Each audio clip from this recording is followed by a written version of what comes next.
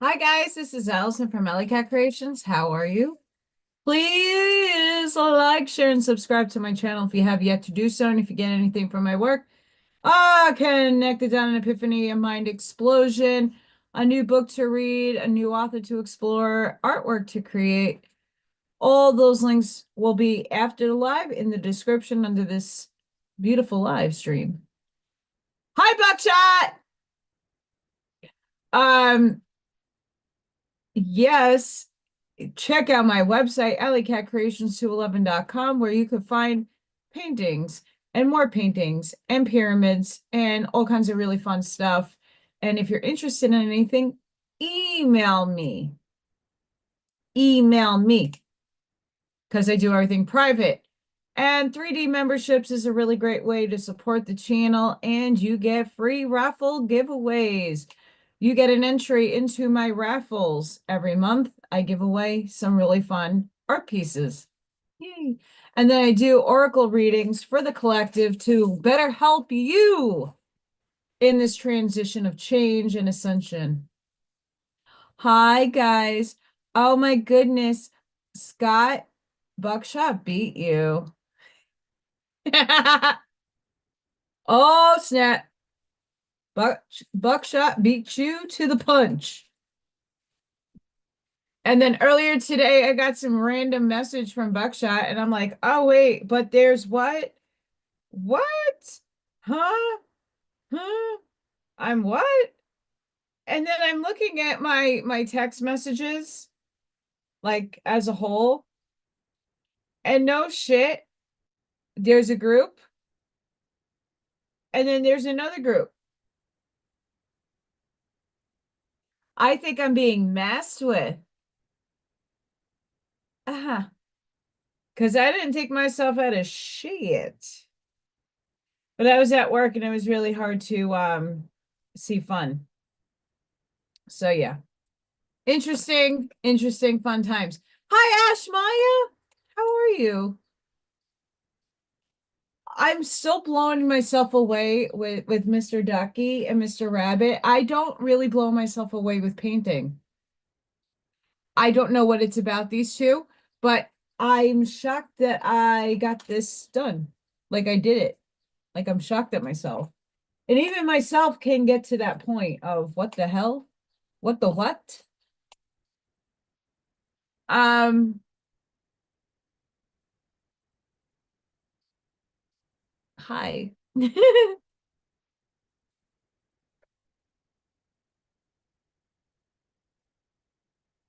I'm gonna do some crafts today. It's gonna be fun. So these are fake, by the way. I'm just using the frames to look cute.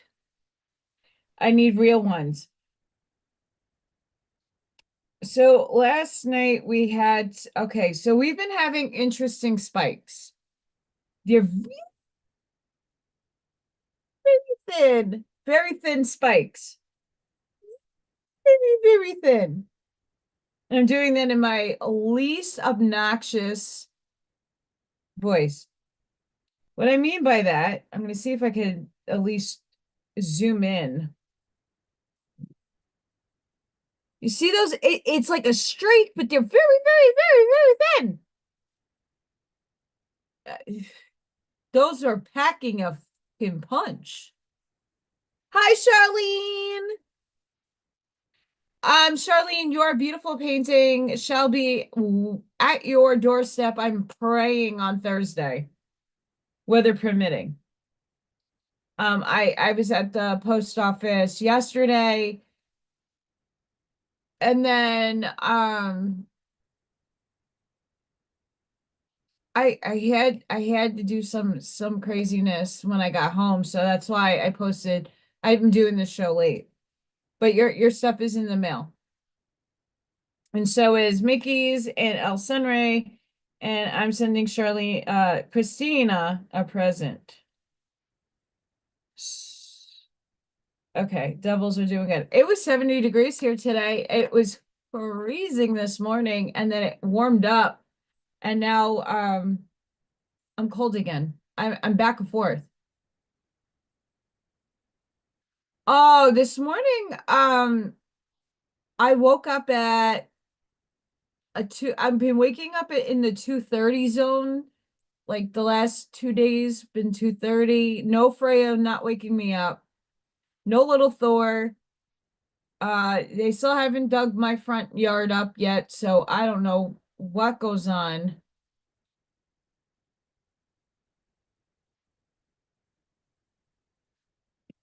I just know the body's wonky for me today.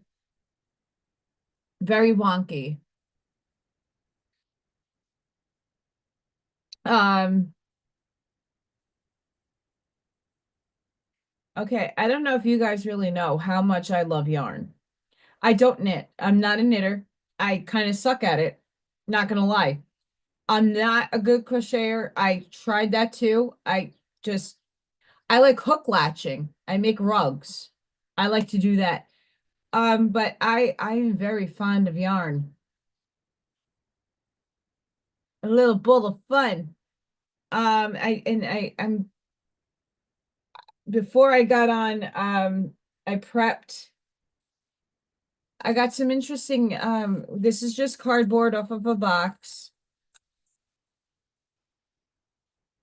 I cut into. I'm gonna do some, not necessarily weaving.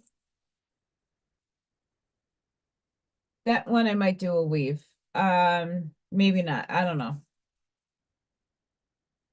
But we're gonna do some interesting hangs today. More like a kid craft, but I tend to like doing things that anybody could do. Apparently no one has taken the challenge of doing ducky.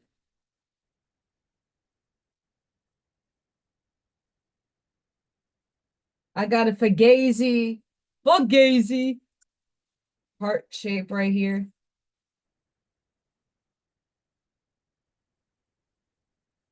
So what's up, everybody?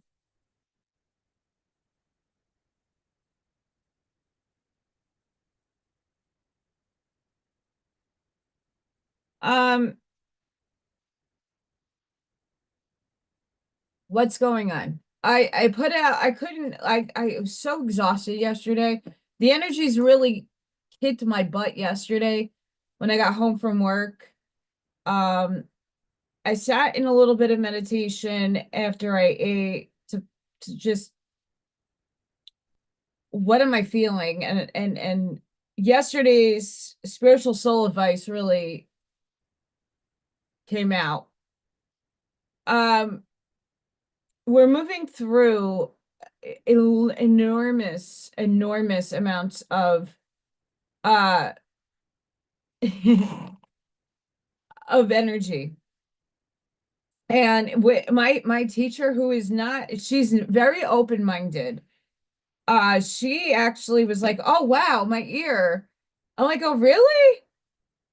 She goes, "Yeah, it's just this ear." I'm like, is it is do you hear buzzing and like high-pitched noise?" And she goes, "Yeah." How would you know? "Oh, it happens to me all the time." She's upgrading. She's purging. There's a lot going on with her. But I was very excited to know that she like the normal people. I don't like to say normal because I don't like to label people. Everybody's where they're at. But I guess the people that are not cognizant of ascension and spirituality and stuff of that nature, they're starting. It's starting. The low, and I don't want to, again, I don't, it just easier to conceive. The lower echelon of people on the lower wavelength are, they're getting it. They're slowly getting it.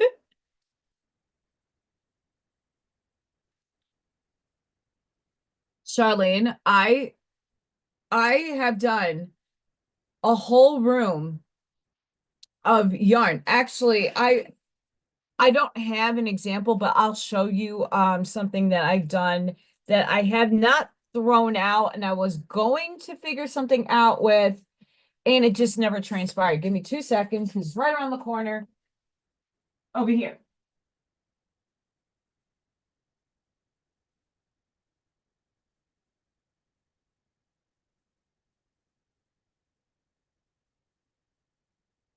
Yarn, yarn, yarn, yarn.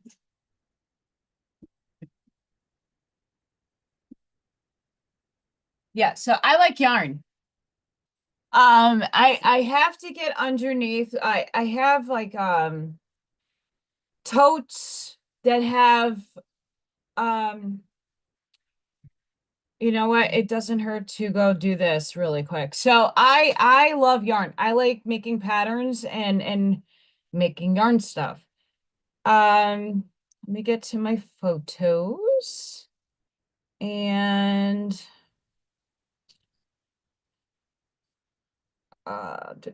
cover. No. Okay. Hard to see this. Okay, so this is yards. It's probably as big as this wall. It's canvas, and there is yarn.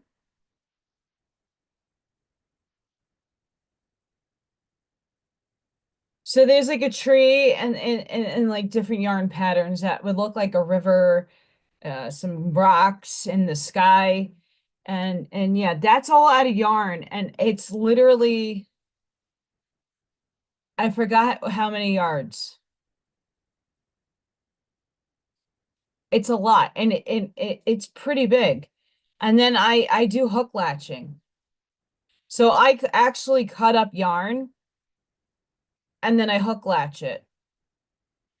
It's one of my favorite things to do when I'm not killing myself stressing.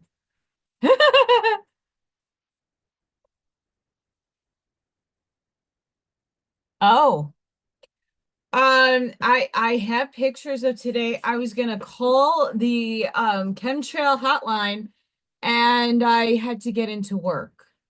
And I put my cell phone away once I get inside. So I don't know what's going on with my hair right here. Like I am thinning like a maniac.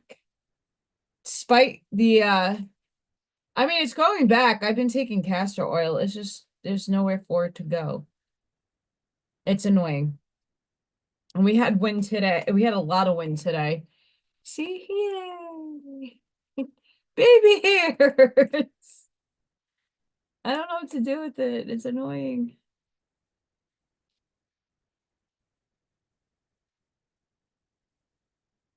If I had the wherewithal.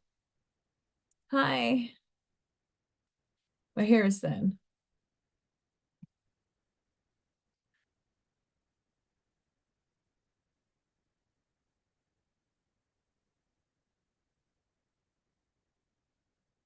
Oh wow. I love yarn. Love yarn. It's one of my favorite mediums to work with, but I don't really do stitchies or anything. I used to actually what got me interested, um, I forgot how old I was. My mom wanted me to try different things, and when we were in the art craft store back when I was like I want to say preteen, teen, early teen. I did needlepoint and I really enjoyed it. I just didn't know at the time how to knot or how to close things up, but like easy stitch, cross hatching and stuff. Oh, I needed a coffee. So I got I don't know if Blazing Truth will be on, but I want to thank Blazing because Blazing sent me a whole box of acrylic paint and some canvases, and that was so like that hit here, and I want to thank Blazing Truth for doing that for me. That's amazing. I did get one part of my taxes, which saved my ass because I was gonna about to get overdrawn on my account because a lot of my bills get automatically withdrawn.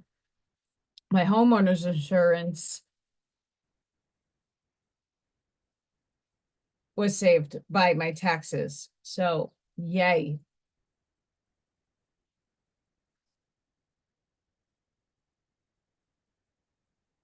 So the idea, okay, is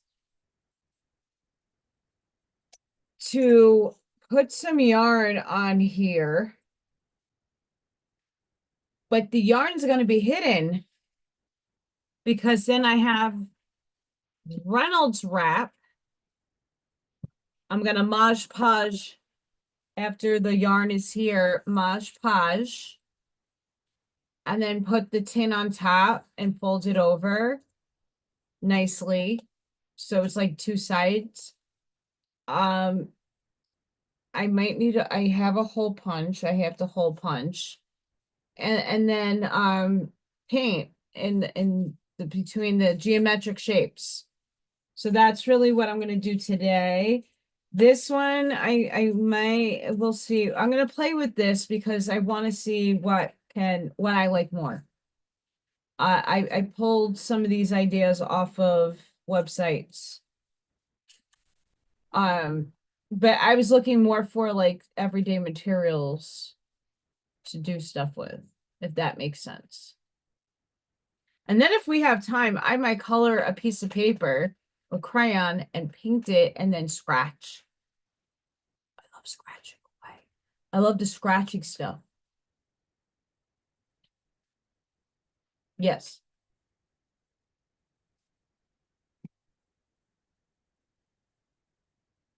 I'm just checking two things. So yeah, I love yarn. That piece, I never sold. I have to mount it on wood and it is extremely, extremely hard. Um,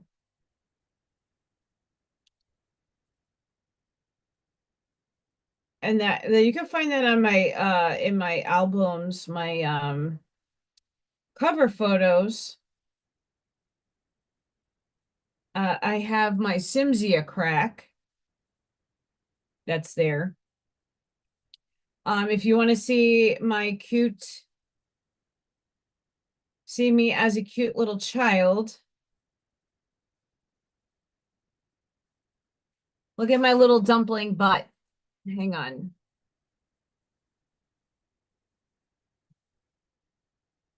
That's me bald and cute as a peach.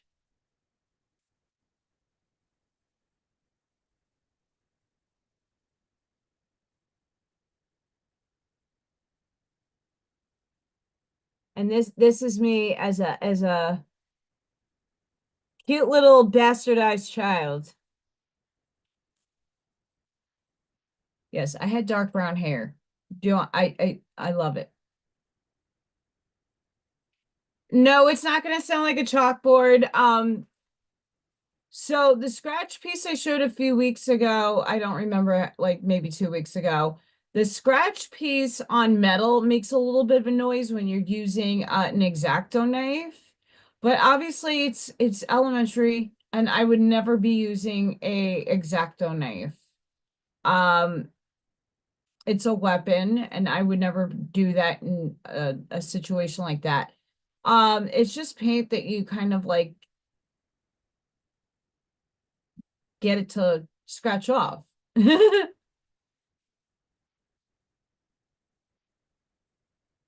It's okay, Charlene. I was looking, Little Thor hasn't been coming. So I also filmed her chasing red light.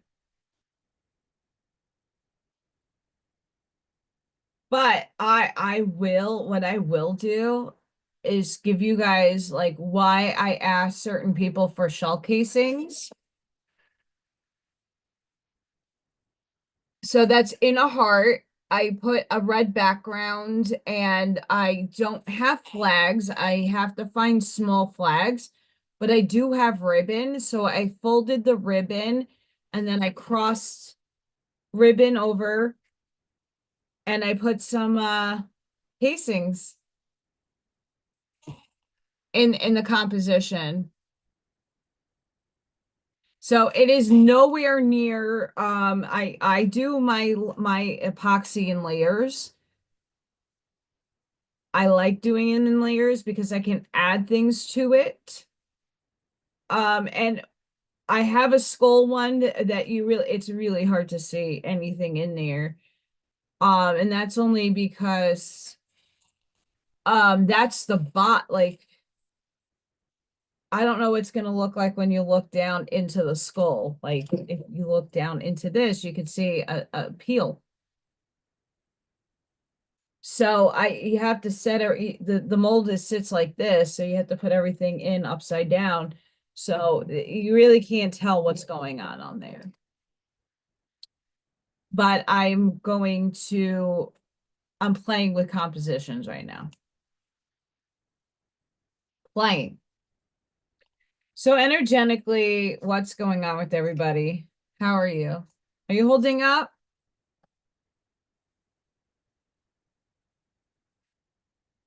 Hi, outsider. Your package should be by you on Thursday.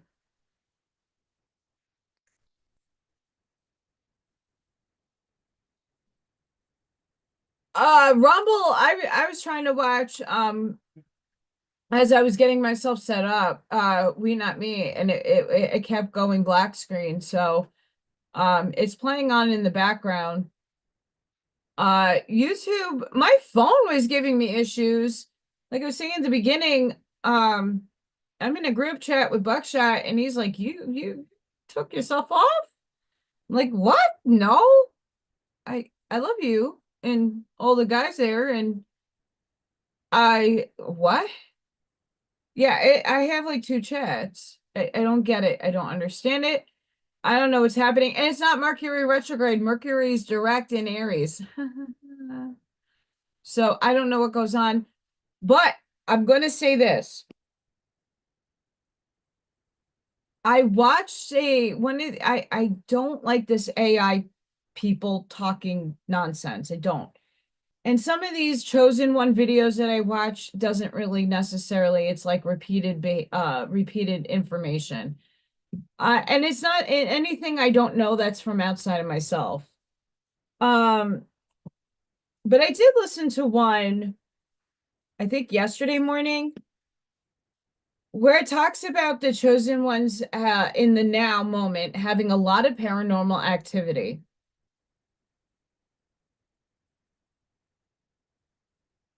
Yeah, my Rumble chat kicked me off twice after refreshing 3 times.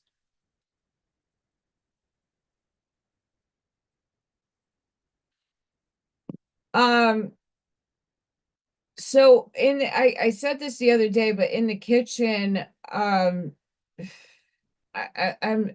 with Freya on the beanbag, and stuff in my kitchen started dropping off the what? I saged everything. I'm not afraid of that stuff. I don't give it or lend it my energy. I don't. But I know it's there. And here's the difference between, hi, Amy. Here's a really big difference that I think a lot of people need to know. There's a difference between like acknowledging that something is happening, like, yeah, evil things are happening, people are bad, or something needs my attention. I don't always ascribe like someone knocking something down in my kitchen, and obviously it's spirit doing it. I don't live with anybody, and Cat was next to me. Things falling, and it could be anything, right? Spirit will do crazy shit to get your attention.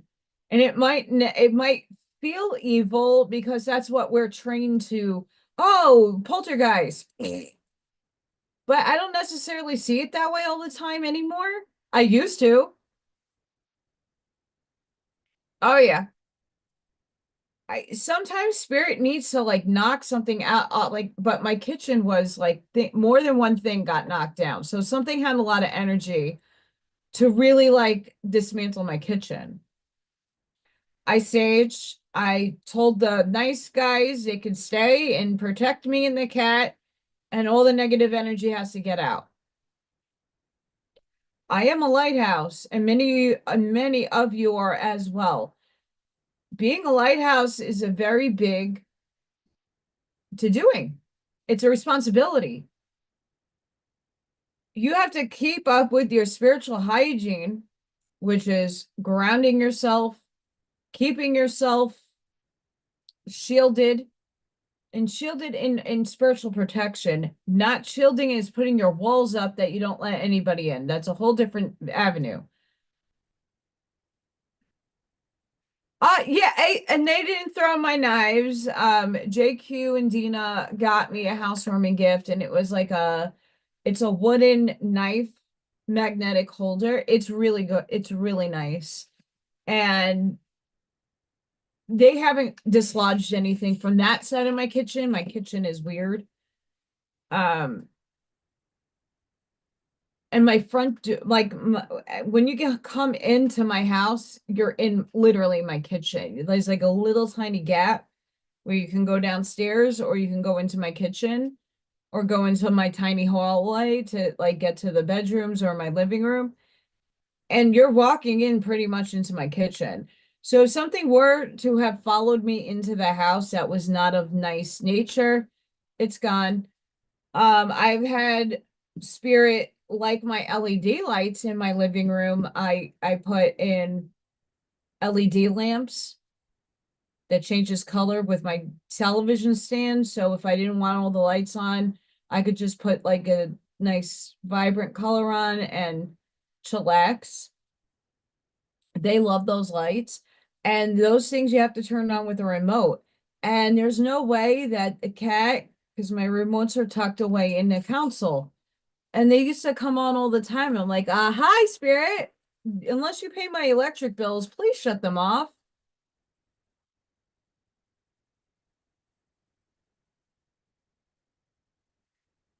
Um, as this video is describing, and I also align with this, as you are starting to alchemize your photons and you're now accelerating in vibratory states, you're attracting a lot more things to you.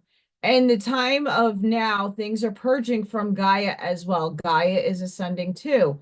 Gaia is uplifting. And she has to get rid of all this ancient BS that's in her. So a lot of these things are coming out to play, not because you did anything wrong, not because you're talking shit into existence. Yeah, I could create thought forms and the way my brain has been activated in a negative sense because of what's going on in the stress that I'm going through. Sure, I could say, oh, I have a PK manifestation. I could take care of that. Or it could be the fact that I have a freaking train station behind me. And it could just be a spirit that needs my attention. Um, and there the little ones see things. So I try every morning to bring sage spray into my room and sage myself and put some frequency in and do a lot of that.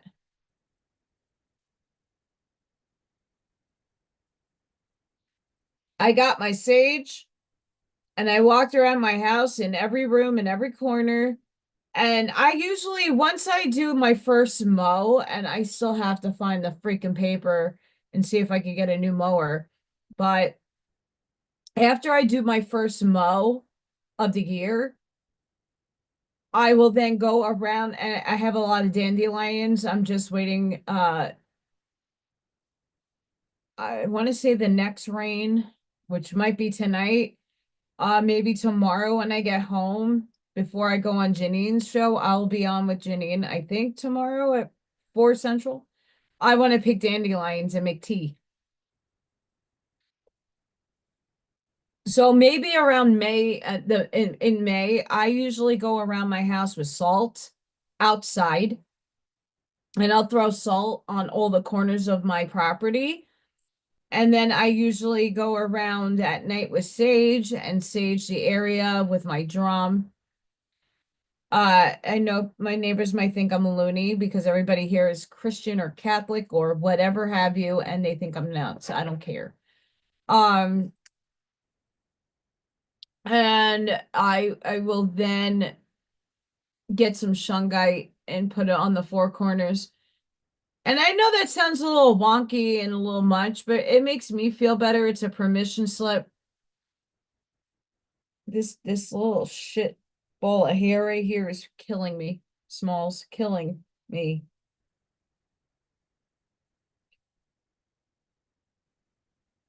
Killing me, Smalls.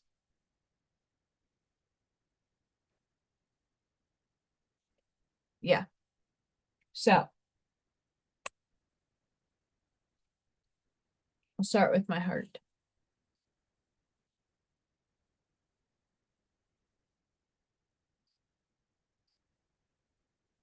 Amazon box. I recycle all my boxes. I recycle. It's Earth Day. Happy Earth Day. Happy recycling on Earth Day.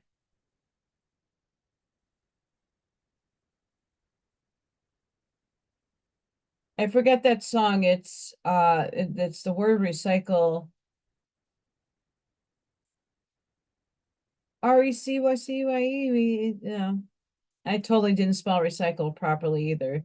In singing that, I'm just trying to remember the tune. Um,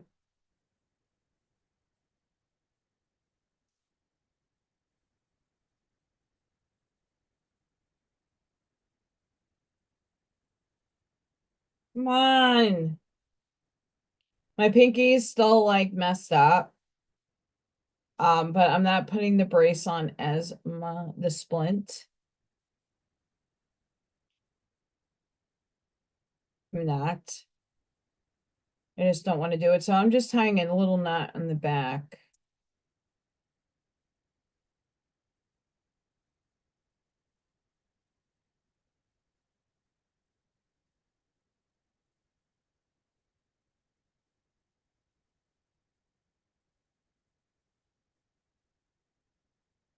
Oh yeah, I love making dandelion tea. It's like not a joke. I am very big into the tea. So I usually wait to mow my lawn. I really do. I'm not one to take the pollinators' food sources away. But in my town, they will find me if I don't, if my grass grows to a certain length. And no shit, Sherlock, these people do come onto your property and issue summonses of non-compliance. I'm not shitting anybody on that. Like that's a real thing that these mafioso people do.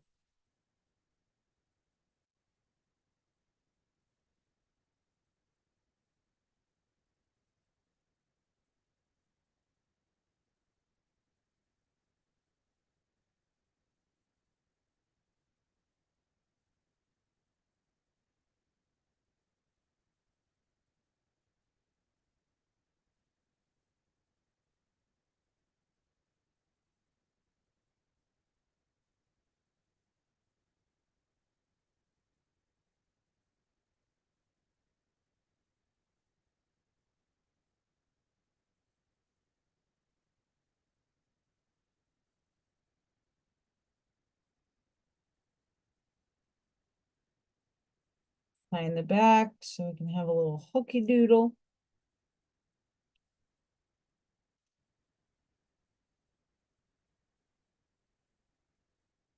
Cool.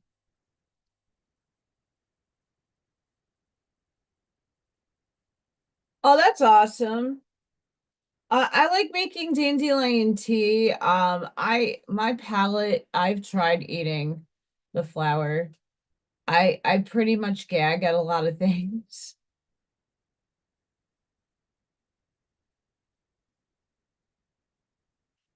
But I'm not gonna lie, living in Staten Island, I would have never, ever, ever thought about even touching the dandelions out there only because of the elements.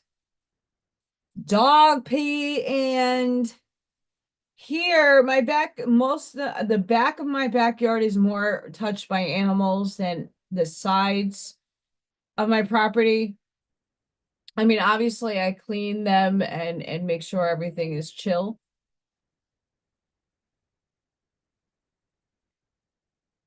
but not New York. Mm-mm, not New York.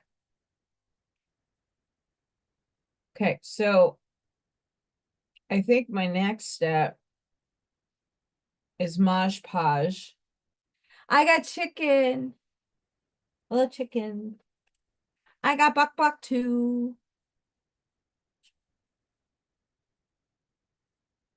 I don't eat snow. I'm not for feeding negativity out there in terms of like chemtrails or that kind of stuff, but do not eat yellow snow. Don't do it. Just don't do it. My hair is long. I was singing some tunes and then Madonna came out and I was not happy about the Madonna one that came out of my mouth. But I grew up dancing to that stuff.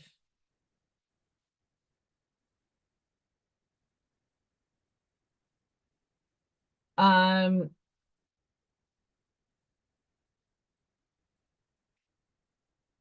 Weird. Mosh Podge.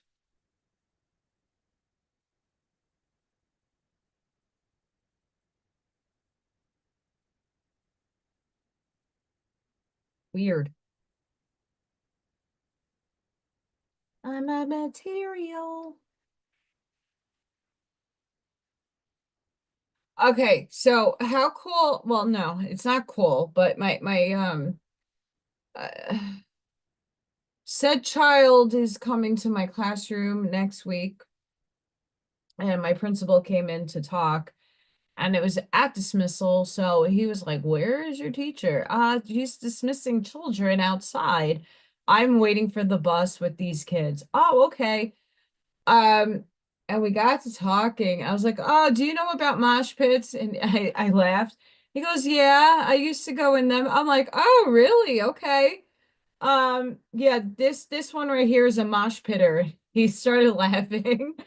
I'm like, "Yeah, he mentioned some band names." I'm like, "Oh, you used to be a little bit of a hardcore guy, weren't you?"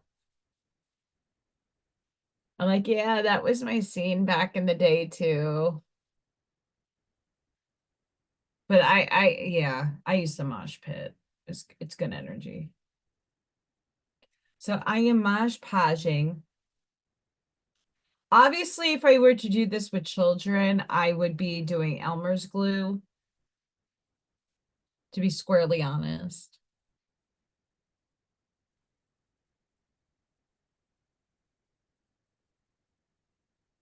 We'll see why I'm mosh podging. I'm the material.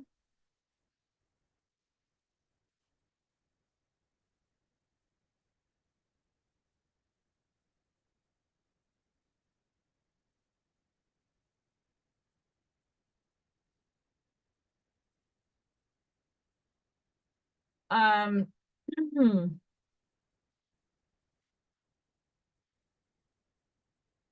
tinfoil.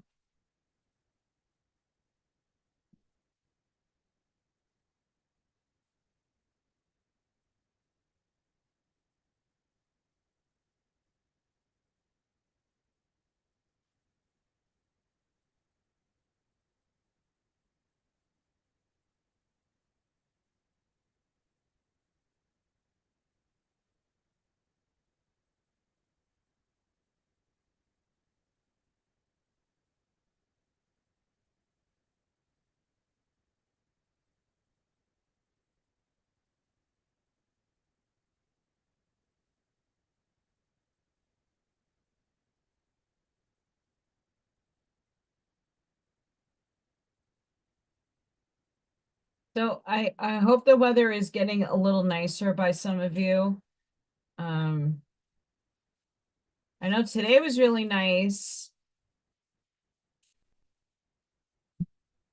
here, but it started out cold.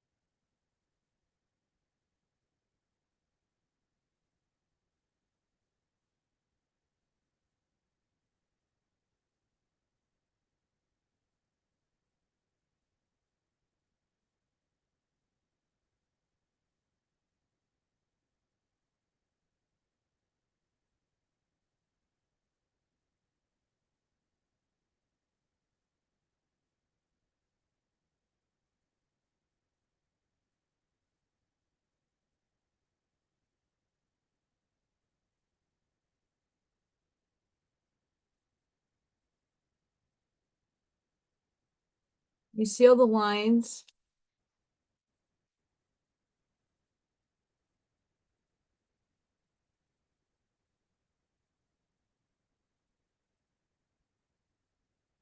I mean, I went to dance school. I'm an 80s baby, so I listen to all kinds of probably not kosher music.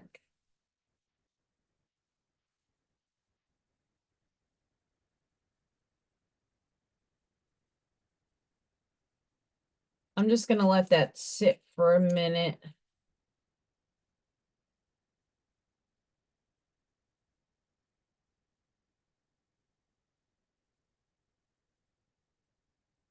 I mean, we're gonna paint in here. We're gonna paint. And it's gonna be exciting.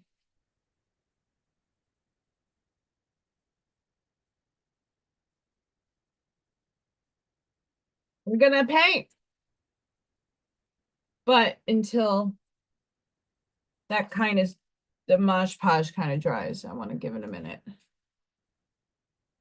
Um, anybody else having some like waking up at 2, 3 o'clock in the morning, vivid dreams, extreme exhaustion? I know that hit me earlier today. While I was in the classroom, me and my teacher both were like, we need some coffee. Yips.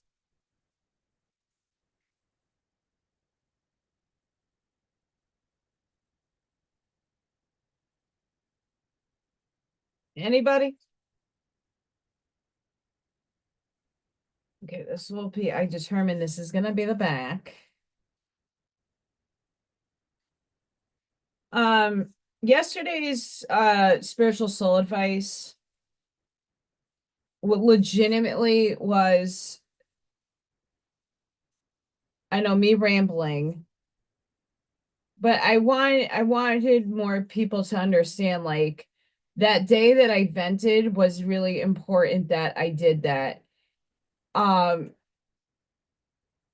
and it's like giving you guys a permission slip if anybody feels like they can't vent. It is better to get it out of your system. I was explaining this to my teacher today. When we're so bogged down with stress, and this is like 3D stress, right? This is reality. We're in a 5D high expanded consciousness, but we live down here. And I live more in my spiritual self than I do in my material self. And the hard part is grounding and balancing both aspects of myself, the heaven and the earth concept. And I'm the bridge for both worlds to exist. I have to, so conceptualizes, mind you, we're always told we're ascending, that we're going to another plane of existence. We're being zipped off into spaceships. And I know JQ has talked about this aspect of being 3 days of darkness where we are sleeping and we transcend to some other spot. That ain't gonna happen. It might happen for some, but not for the majority of us.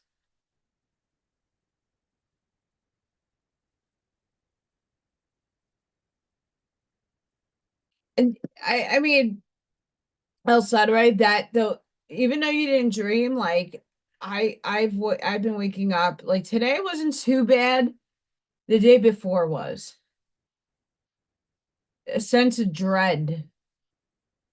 Um, and it's just purging. So just let it be and like try to uplift yourself as best as possible. But you have to feel the feelings that you're feeling. You can't ignore them. Um, I am trying not to let it absorb into me, but it's a little difficult per se. But we're not going anywhere. We're bringing heaven to earth. We are like in Dark City, this is why I urge people to watch that movie. We end on the mother effer. We're tuning out to build here, not anywhere else. There is a split of consciousness between 3D and 5D. That's a real thing, but it's a parallel Earth. But we're not physically moving anywhere. We're shifting billions of times per second into different parallel Earths. It happens so quickly, you don't even your brain can't even conceive it, your eyes can't even see it. When we get glitches in the matrix, we call it glitches. All that is your time hopping, quantum leaping, and you're seeing the bleed over. Mandela effects is nothing more than a timeline shift.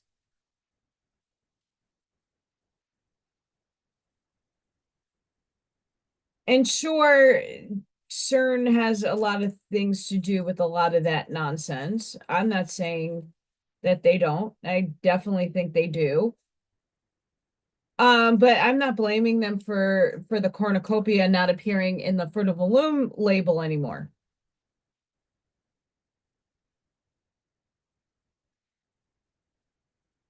And for me, I don't give up on my dreams really easily. And I've learned through all the things that never transpired in my life.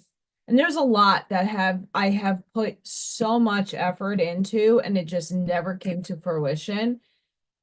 And that's not with a lack of not doing. It's not sitting on my couch, putting my feet up and having some popcorn, waiting for the outside world to deliver me my manifestation.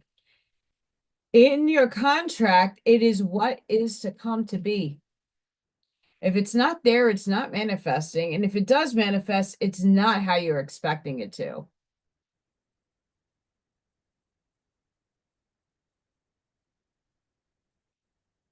For myself, I was thinking about this the other day when I was talking about my arthritis.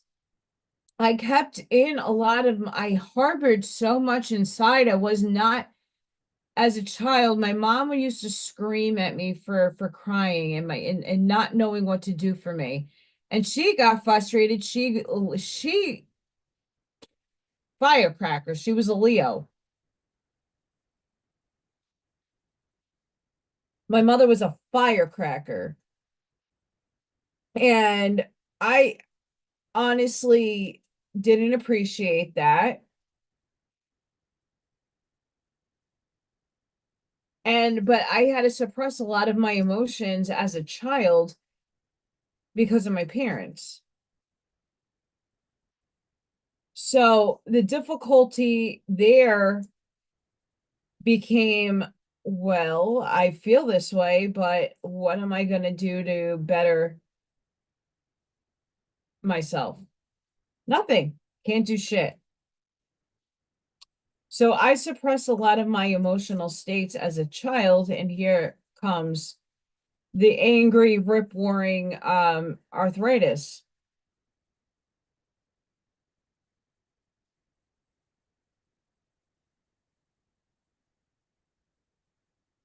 Do I want to do? I don't know what I want to do.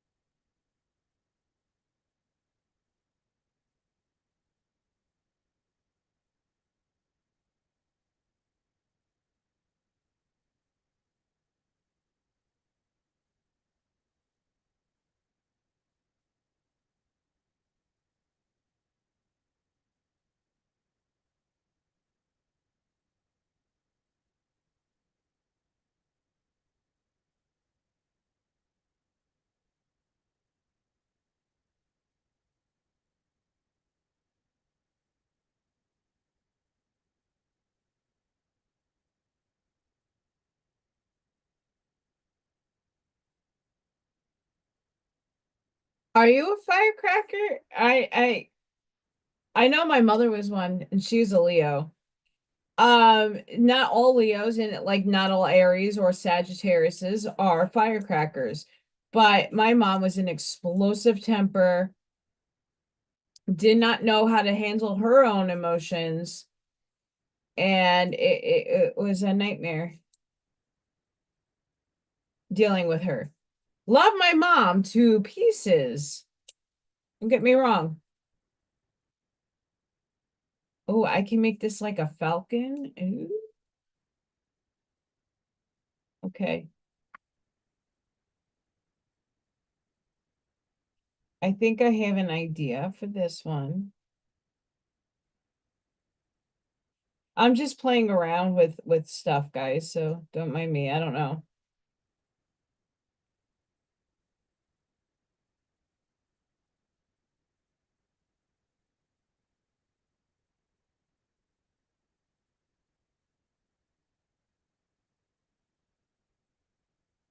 Oh, I gotta think on that.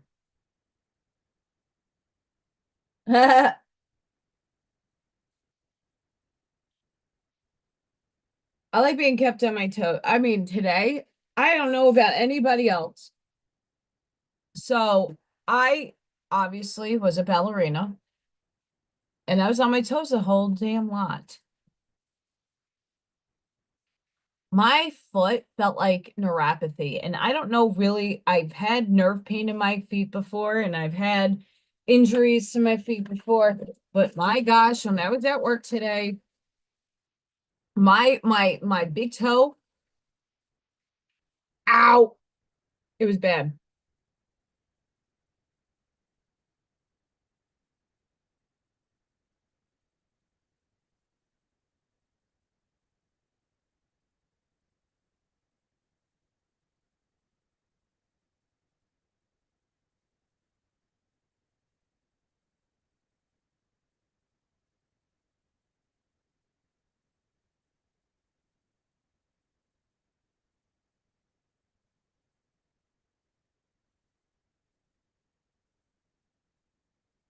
There's crazy people outside riding, I don't know if they're motorcycles, spiders.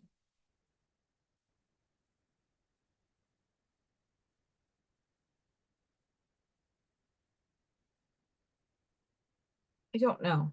It's just the noise is bananas.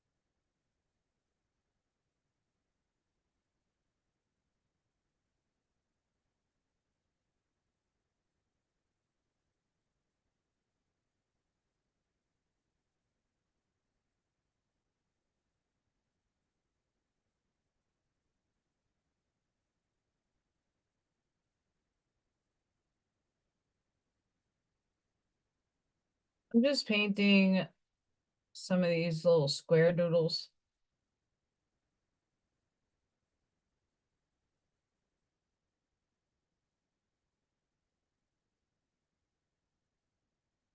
I might need thicker yarn because this is thin yarn, but I'm just using what I have at my disposal. And I wasn't going through my yarn bin. Hi, Gregory.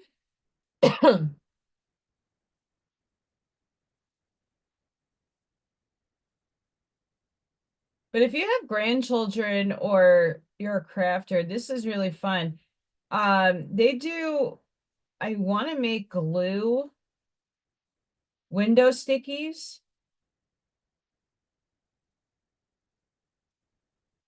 Those seem really fun.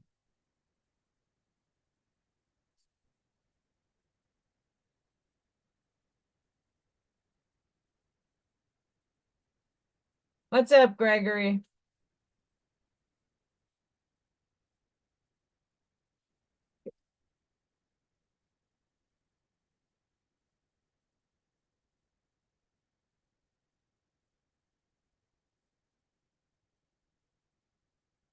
And no, I'm not washing my paintbrush. I could care less.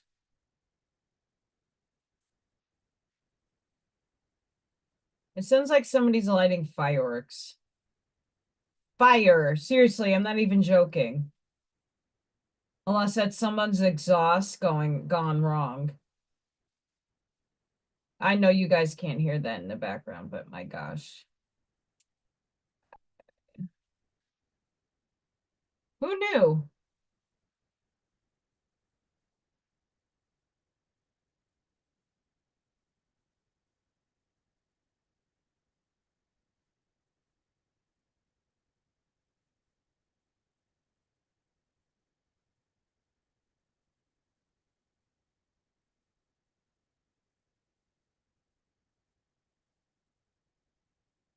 Okay, Manning Blue.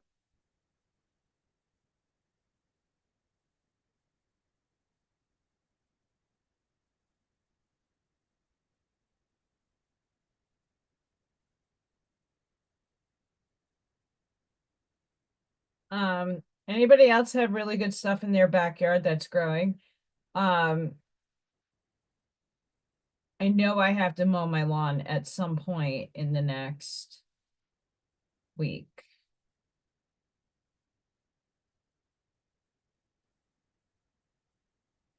At least the front of my house.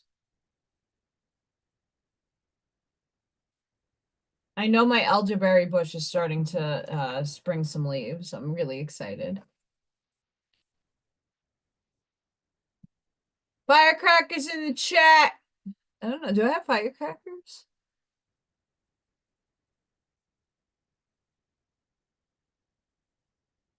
I have a volcano.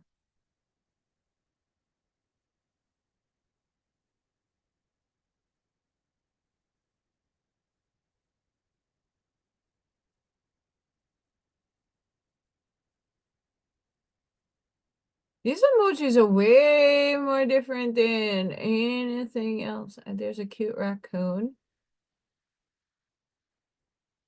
Guys, did you hear they brought back? Oh, there's a unicorn. Oh, thank you. I'm shocked at myself for such a cute ducky. I'm trying to find the fireworks.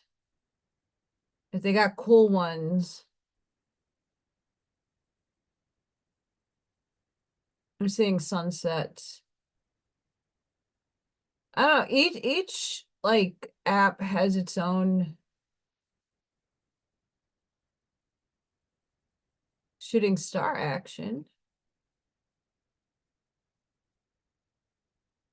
Oh, there they are. Boom.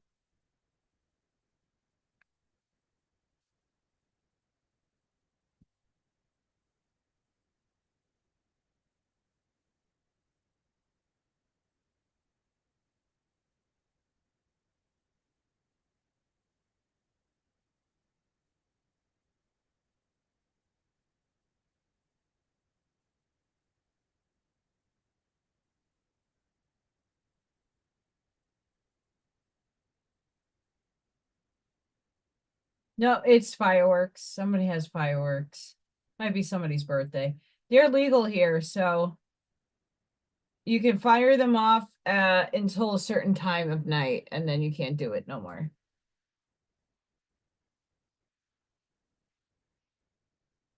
I mean, I do have a lot of birds chirping too, but I don't think birds sound like firecrackers unless it's Einstein, the birdie, and he's not that loud.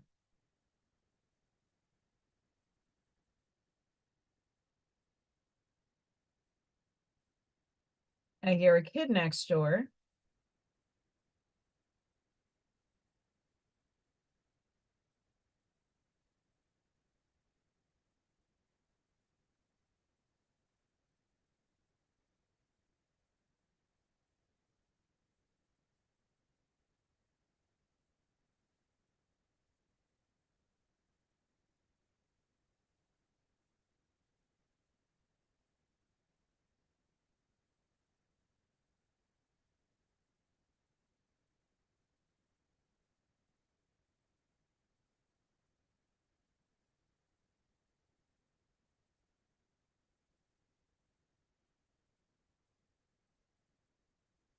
All right, I'm being quiet for a reason.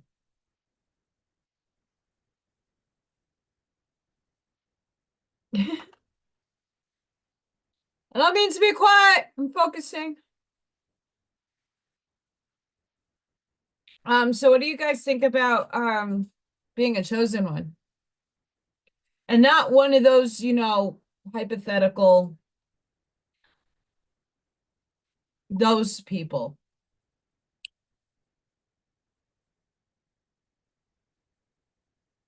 Oh, that way too much pain.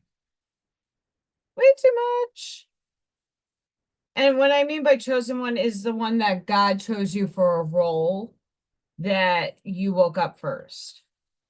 Because we're all special in our own way, in our unique frequency, and everybody has a purpose, even the evil people. And that's just a label for the negative polarized people that play fun roles from source to test our butts, to wake us up.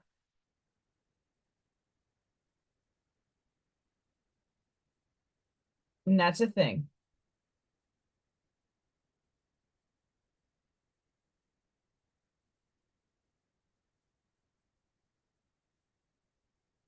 It's way too much purple. Do do do do do do do do. Too much purple.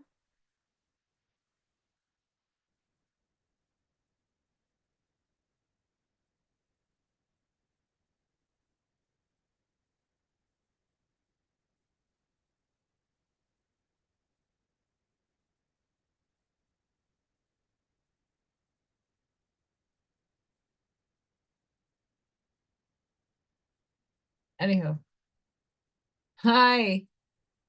Hi, Krish.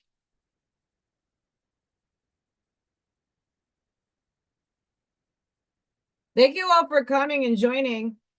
I appreciate all of you. All the raffle channel members who won during the raffle, your stuff should be by you on Thursday. I went out yesterday, and by the time I got home, because I get out of work at 3 o'clock, and the post office is swamped at 3 o'clock. And it's a gamble at what time they actually physically open their doors in the morning. Because I work literally around the corner from my house. With the traffic lights, it takes a few minutes.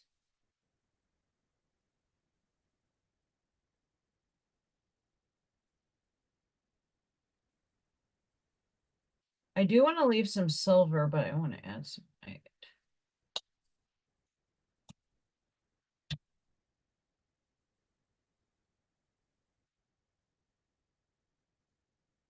Yeah, I mean, we all were chosen to wake up well, we chose when we were all going to start waking ourselves up. Some of us has been since birth. I know for myself, it was since birth that I had my awakening, but not in every facet of life. It was spiritual stuff that I needed to focus on as a kid. And what I mean by that is my abilities and not doubting myself. Like seeing dead people. I see dead people. I saw lots of dead people.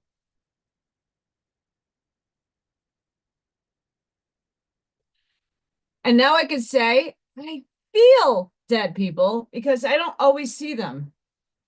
And that's a legitimate thing. I don't always see them.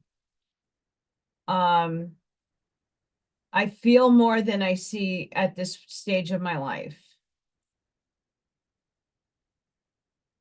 And that might be the same for many of you. You might feel it more than see it, or you might see it more than you feel it.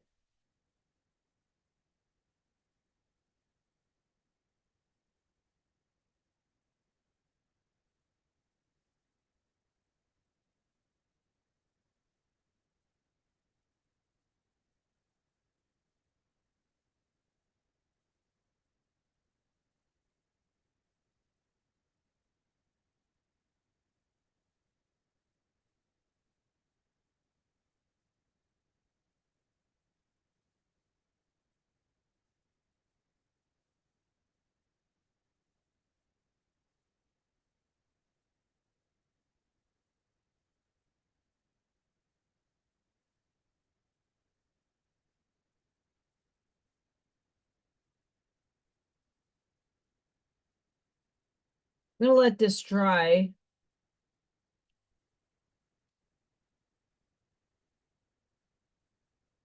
I still have to figure out what I want to do with this because I'm gonna probably put tinfoil on it, but I don't know.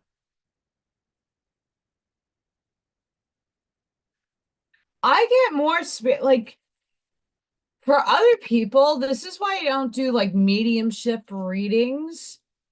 It's not because I can connect, not all the time. That's another problem. I'm not consistent. When my parents and everything else is easy for me to like convey like different energies. I feel different. The vibrations of when I'm channeling, I know when I'm channeling.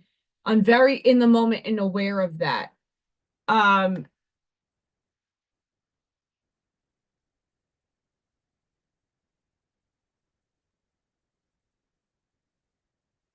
yes, Charlene, absolutely. I totally agree with that. Um, I could see in the third eye aspect, but like physically see, because a lot of mediums can physically see.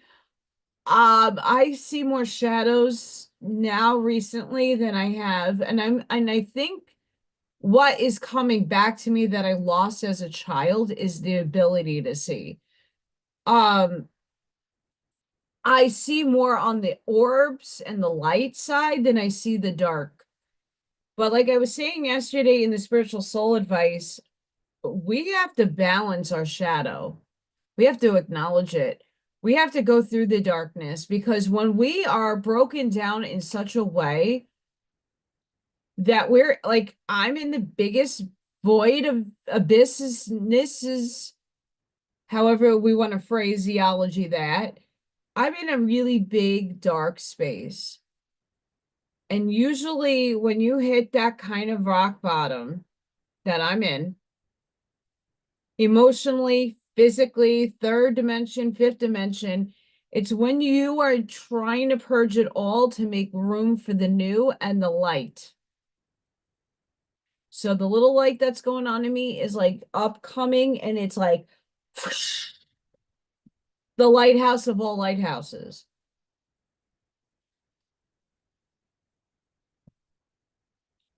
Yes, it does. And it's for a purpose. It's if we remember, I mean, and some people do remember, it's just they physically can't do it. Um,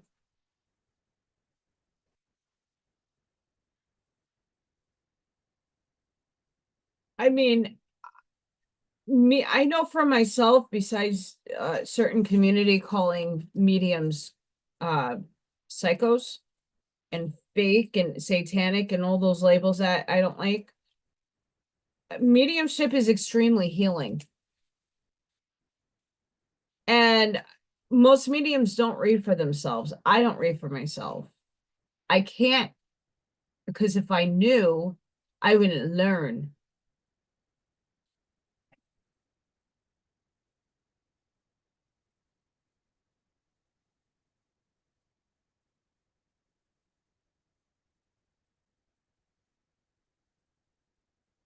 I mean, I'm aware, see, and that's the beautiful thing. Like, I'm aware of my contract to an extent, not everything. I don't know how things are going to transpire or how they're going to work out, but I know in my past, what's different this time is that I'm doing this in physical reality alone. Not that you guys aren't here and helping me because you definitely are. It's I'm here alone doing it and I don't have like a hug. I have like energetic hugs, but I don't have another person to bounce off. Like my parents would be for me my anchor to answer some of the 3D questions. And obviously I can answer them myself. It's just having a springboard of information to base yourself off of. Like, should I go bankrupt or should I take an equity loan out? I don't know. And the reason why I don't know is because I don't know if I have a secure job to pay anything back. I have 3 more checks incoming, like paychecks, and then I don't know what to do. And perpetually the old self would be freaking out already that I don't have another job lined up right now. But I'm like, you know what? I am not going to worry about things that I can't control. I can't put a pew pew to someone's head to say hire me.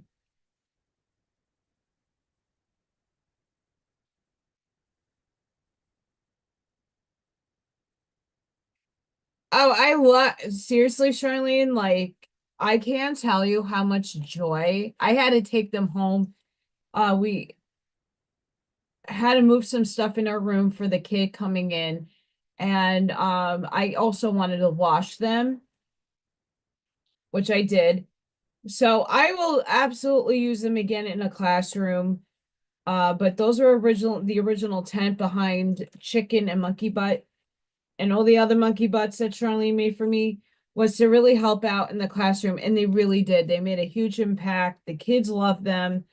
No one got hurt in the use of monkey butt. Today, one of my little ones brought in her Minnie Mouse, and everybody was fighting over Minnie Mouse. And it was like, stop allowing your kid to bring toys to school. It's just a distraction. And then everybody fights over the animals. But they're so damn cute. I can't.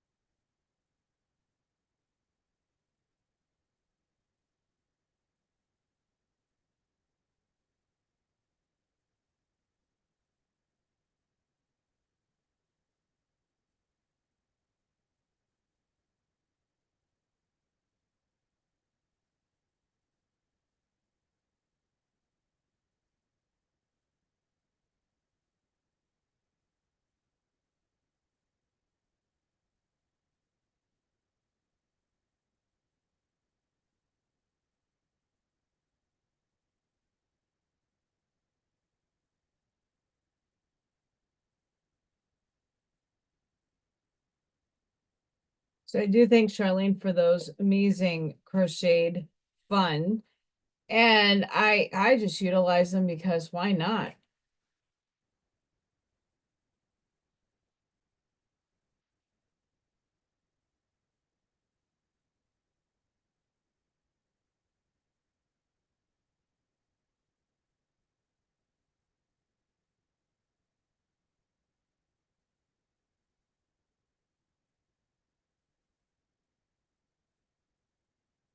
So I'm not doing conventional weaving, by the way.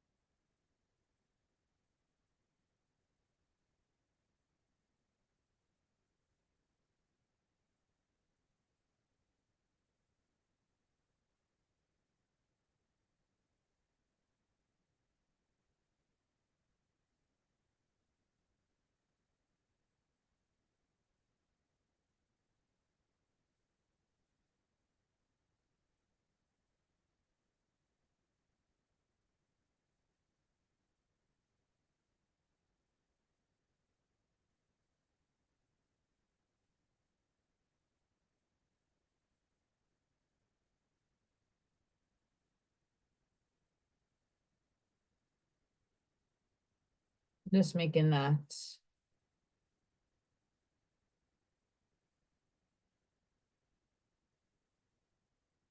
I don't know what I'm doing with this yet, but we'll figure it out. This is almost dry. Still a bit wet.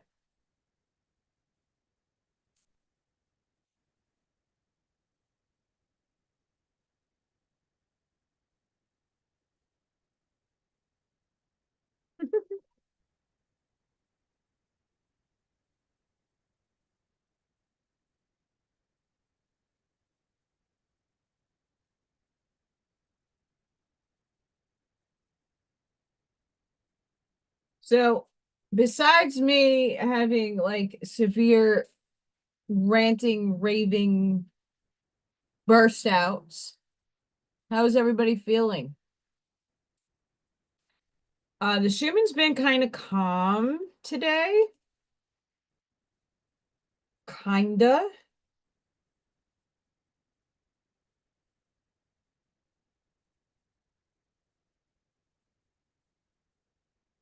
We've been having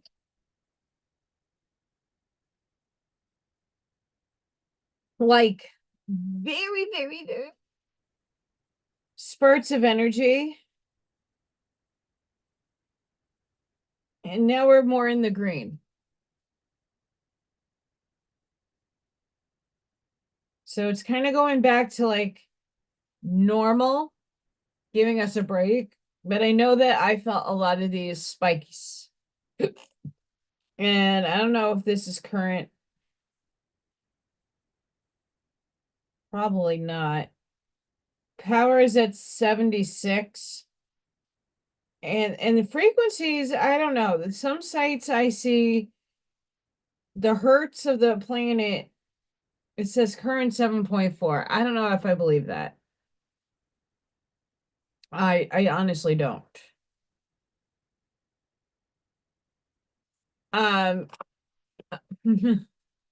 of course, Indiana has to put their flags at half staff. Um,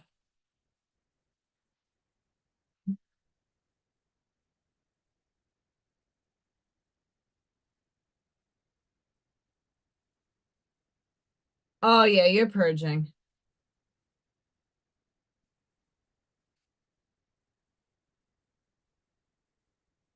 You're purging.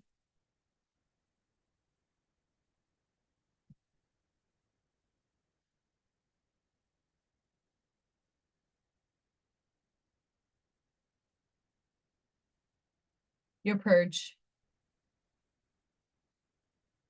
I I don't know what's I honestly don't know what's normal anymore. What I do know is it's exhausting.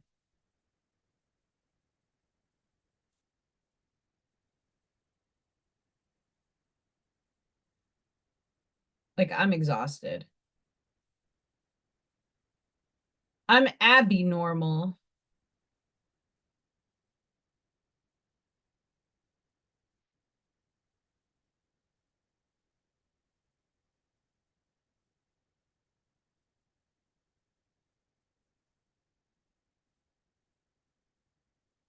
I mean, I don't know. It honestly, just to even think about it,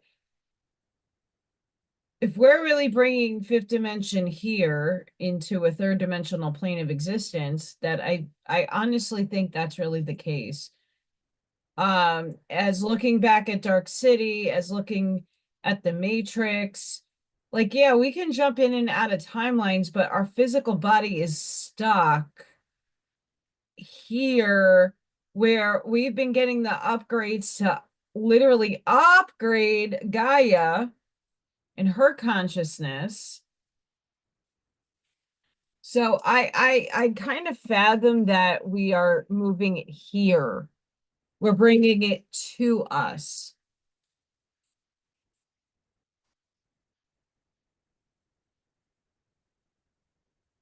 I don't want to be normal. I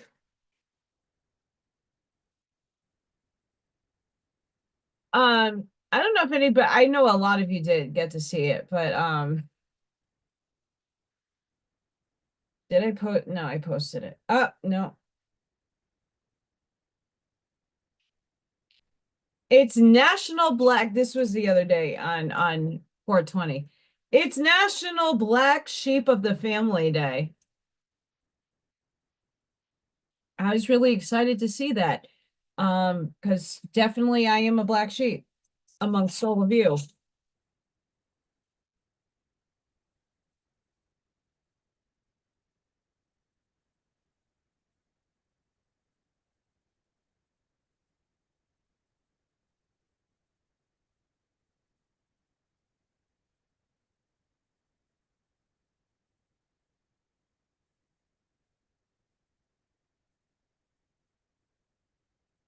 I don't even know if normal was before 2020, Scott. I think normal lasted up until the harmonic convergence of 1987, and I think shit went wonky ever since. Just to be honest.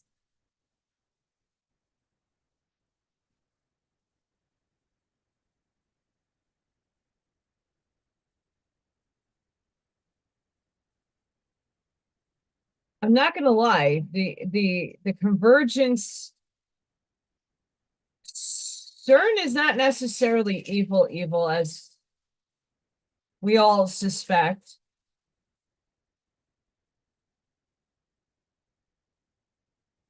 And the reason why I'm saying that is if it wasn't for CERN shifting the bitch, we would be still stuck.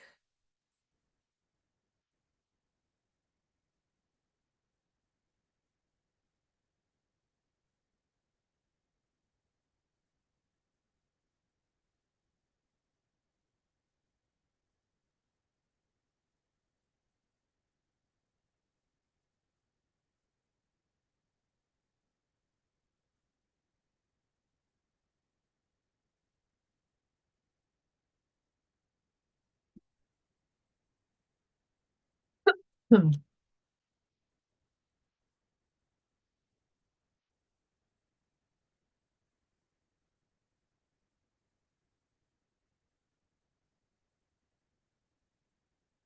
trying carefully not to cut the yarn. The Of course I did. I cut a piece of yarn that I didn't want to cut.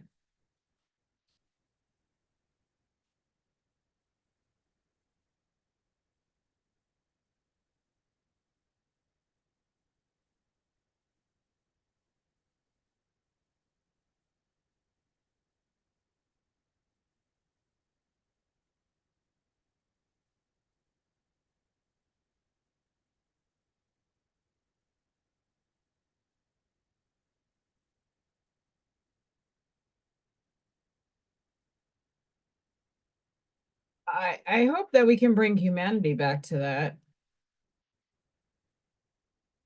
That'd be great.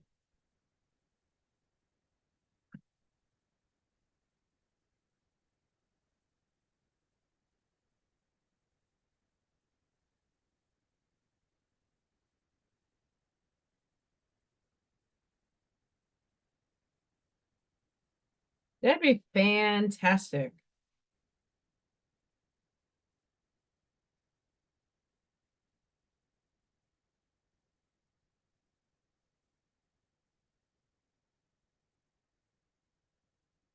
That has to dry. I don't know if I'm putting anything on the back. Damn tinfoil.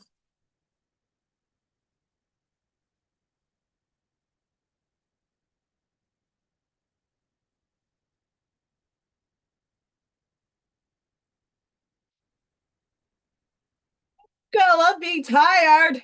Ah!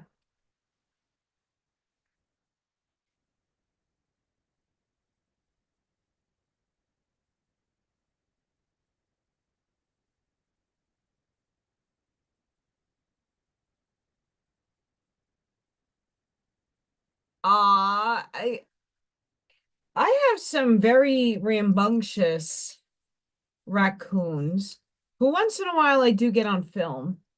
They are hysterically chunky wonky and think they can fit through things that they can't.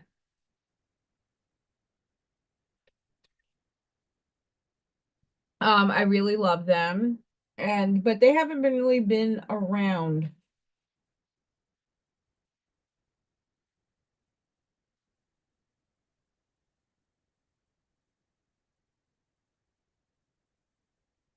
I am looking for, while this stuff dries, I'm gonna mosh podge in a minute. Oh, where did my crayons go? Oh, where can you be? 'Cause I see where can my crayons be? Oh, where can you be? Crayons. Where did you go, crayons? I know, I'm crazy. That shit crazy, that shit crazy, that shit crazy, crazy. I had a whole box of crayons, mother effer. Where did they go?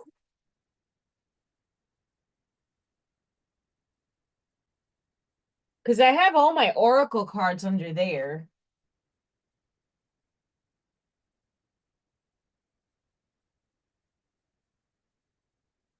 I need them. Hi, Arnie. Trying to find crayons. Don't break my heart. I got to figure out what to do with this. In the meantime, where's my crayons?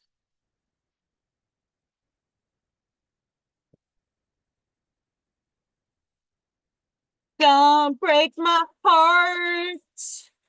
I don't sing, so I do apologize.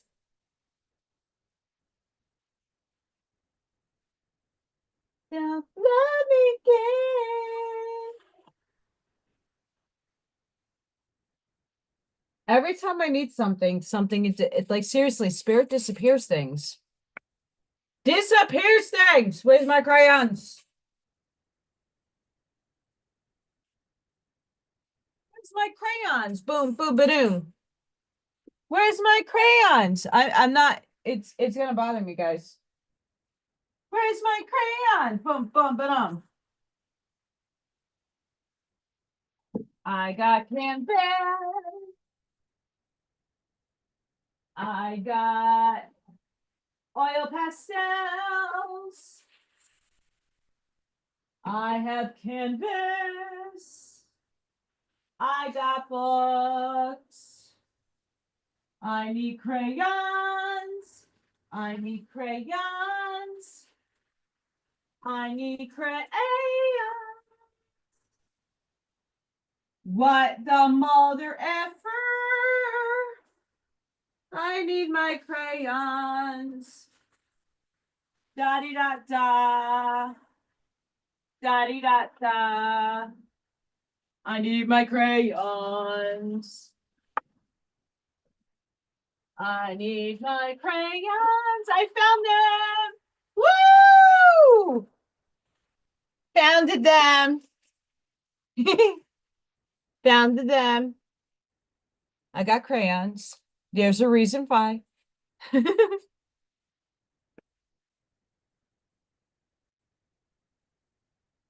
Okay. As I'm a hot mess today, this is still, yeah, I can't put Mosh Pause on just yet, but this is what I want to do with the kitties in school. Is do a little window hang using tin foil and yarn like this.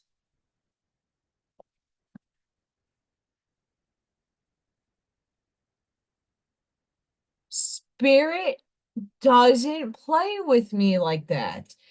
90% of the time they hide things on me.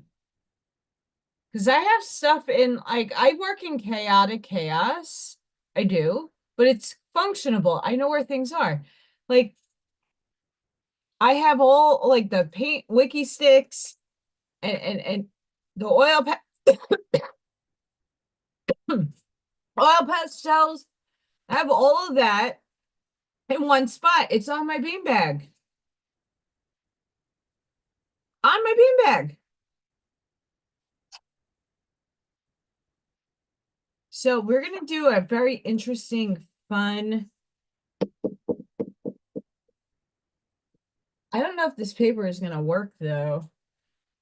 We can test drive, but I might need thicker paper. That I know where it is. So give me a sec. It's right over here. right over here. Even though I would not be giving these out to children because this is expensive paper. It's Bristol board. Um, this is usually the paper that I use for portraits. Do we have anything in here? I got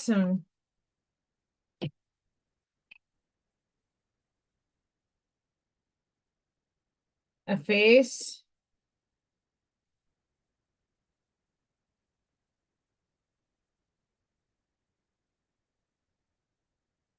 Some heavy metal.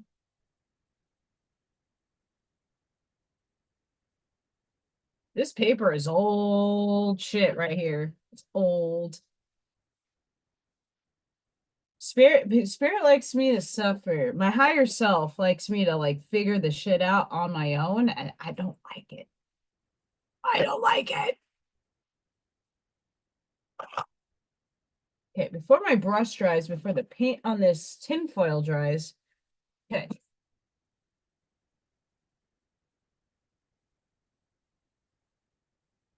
Paper. Hmm. Okay, circles it is. Okay, so I noticed with children, obviously a lot of kids don't have the tripod down.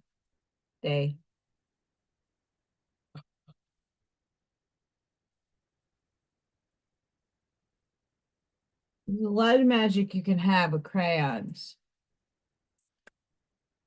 Lots of magic.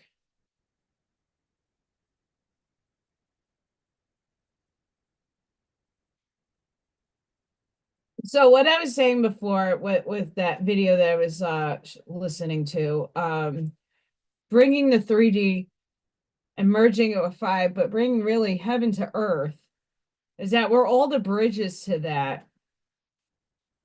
And I also listened to a Dolores Cannon I don't necessarily agree with. I understand the component to it, but the video on Dolores Cannon was saying that the second wave, which would be me and many of you, we're here to hold the frequency and not really have any more of a purpose. And I don't find that to be accurate. And the only reason why I'm saying that is because we're doing way more than just holding frequency, and we are holding frequency. But the kids that are activating right now, and I know many of them are, a lot of kids. So, what I've noticed in my school is that a lot of the kids might be crystal children, and I don't like giving labels to these things, but it helps us comprehend. They're super sick a lot. And yes, kids go to school, they get sick, they get stomach bugs, they get flus. But I notice when I start feeling a certain way in my own self that I'm purging, like these kids are purging hardcore. I know I'm like, all right, let's go check the Schumann residence. If people are starting to feel certain things, oh yeah, we had spikes a few hours ago. That's what you're feeling. Like I look at the kids' behavior and I can match like, oh, okay, something might be off if all the kids in all the rooms are going cray, cray.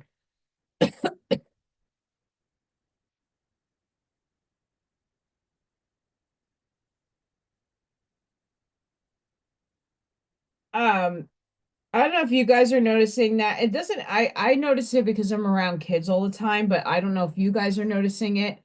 And right now I'm just making some polka dot looking schematic here. So when I color all of this in with crayon with different colors, I'm going to put black paint over it and we're going to have an experiment.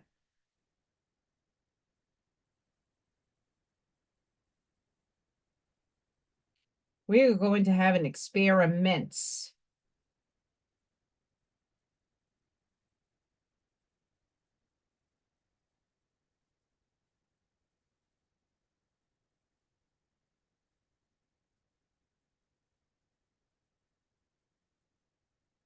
Anybody else having an experiment?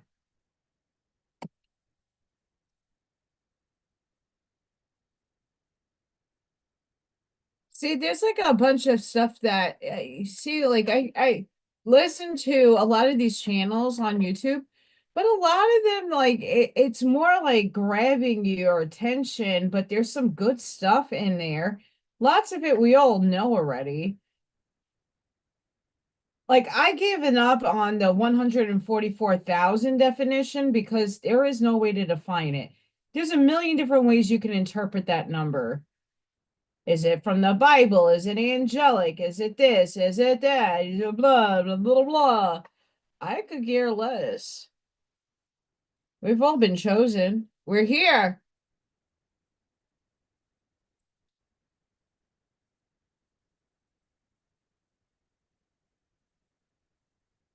And anybody in Texas, woo, that's a shelf cloud. Jesus.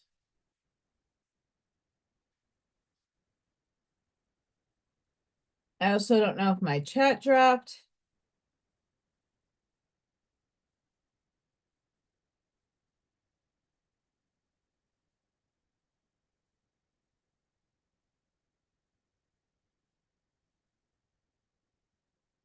Oh, I just missed it.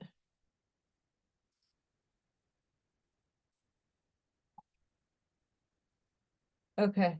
Hang on.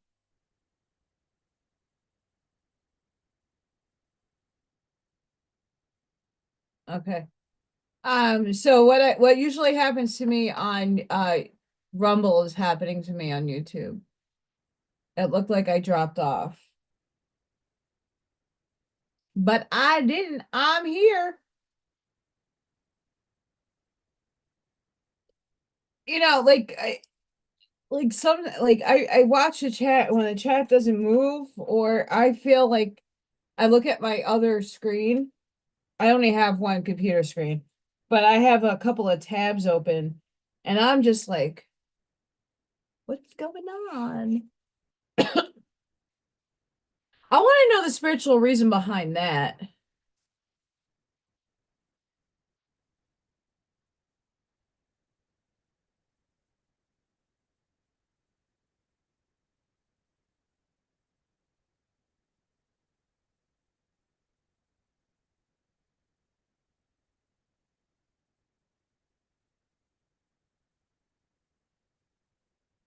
My friend Ferris from New York just texted me. He's gonna go out and do and he's like, can we talk? He's like, oh my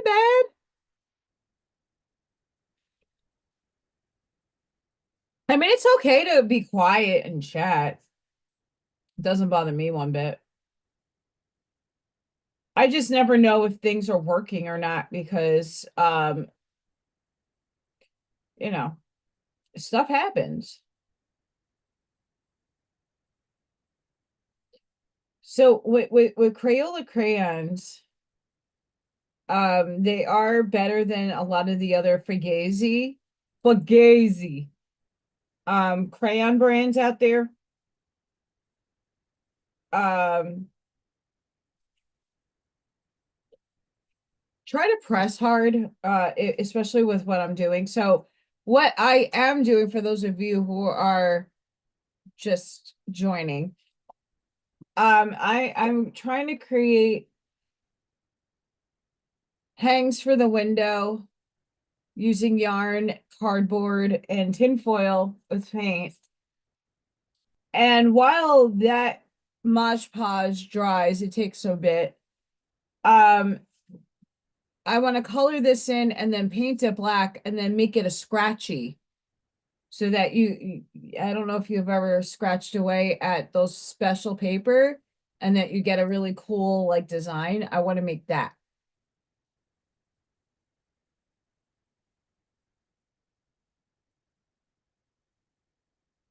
But I want to make my background really cool, so I'm doing polka dots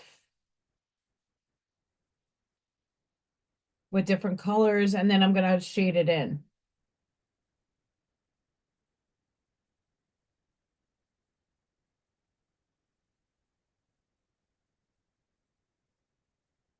Like Lisa Frank, Eat Your Heart Out. Anybody remember Lisa Frank? Oh my gosh, I miss her stuff. It's the neon cutesy animals back in the 80s and 90s. The Trapper Keeper, Lisa Franks. Oh, I miss those.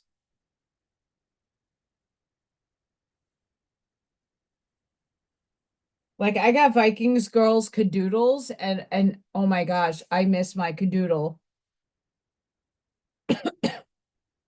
Anybody out there have a cadoodle? And listen, I don't care how old you are. It's there was some good quality stuff back in the 80s and 90s. Like okay, so some of you might even equate to this. Back when I was moving, I opened up my mom's luggage and I did donate my luggage to a good friend of mine that collects it and they use it for photo shoots and stuff, like vintage back in the day photo shoots. So I'm like, here, have it. What am I going to do with my mom's luggage? But in one of the pieces was a blow dryer with an old school blow dryer with the tubes and everything. And you put the cap on, like the beehive stuff. I was impressed. Not gonna lie. Not gonna lie.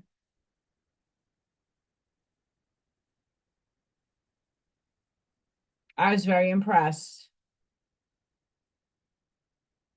Anybody else? Anybody have that kind of luggage?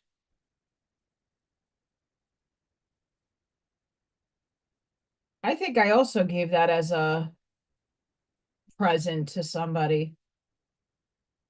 I don't know if it worked.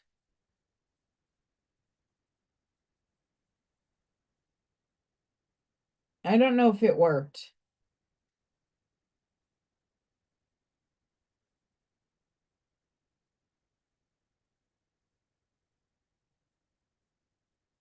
These look like Easter eggs. Yeah, so my school had their flags half staff. I'm like, for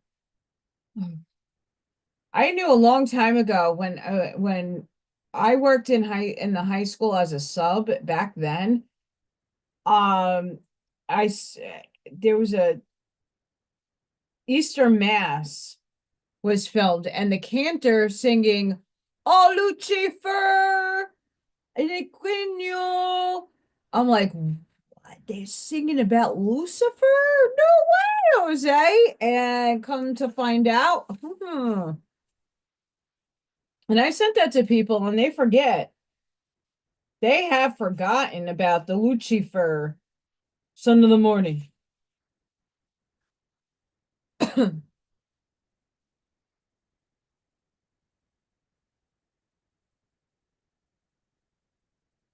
I honestly have pictures from today. I woke up early. I didn't see anything in the sky because it was dark still. And then on my way out, because I was busy like getting my hair up and getting Freya situated, I took pictures by my school, and I'm like, and I don't know who's like, I have a lot of liberal people that work with me. And there's a lot of closet Republicans there in there too. So I'm not sitting there to like I'm in on the neutral side at this point because I'm not seeing I as much as shit is happening, right? It's happening for people who have the funds and the means to fucking save themselves. What about the commandery person with children? Mind you, we're here to save and here to be and frequent the kids. We're here to be our good examples and role models. We're here to help them shift as they're helping us shift. And oh, you got to eat clean. Okay, how could these kids eat clean if mommy and daddy can't provide a fucking good meal on the table because they can't fucking afford to? So until That paradigm shifts. I don't care what you take in or out of the food RFK. If you're not giving people the affordability to buy good food because it's so damn expensive, you could take $1,000 out of the food right now. It's not going to make a difference when people can't afford to fucking eat. And this has been the case for a long time. It's not just yesterday that we figured this out. It's years. So the standoff of, oh, shit's coming, it's coming, it's coming. It's been coming for decades. I'm done. I get tired because if it's really about the kids, you've been failing these kids for decades, and we're a part of that failure in the system. But now, after this and the deficits these kids are going through and having, and the traumatic mental issues that, yeah, it gave us time to elevate, but the cognizant people that were awake rised up to the occasion. Little kids are not going to know.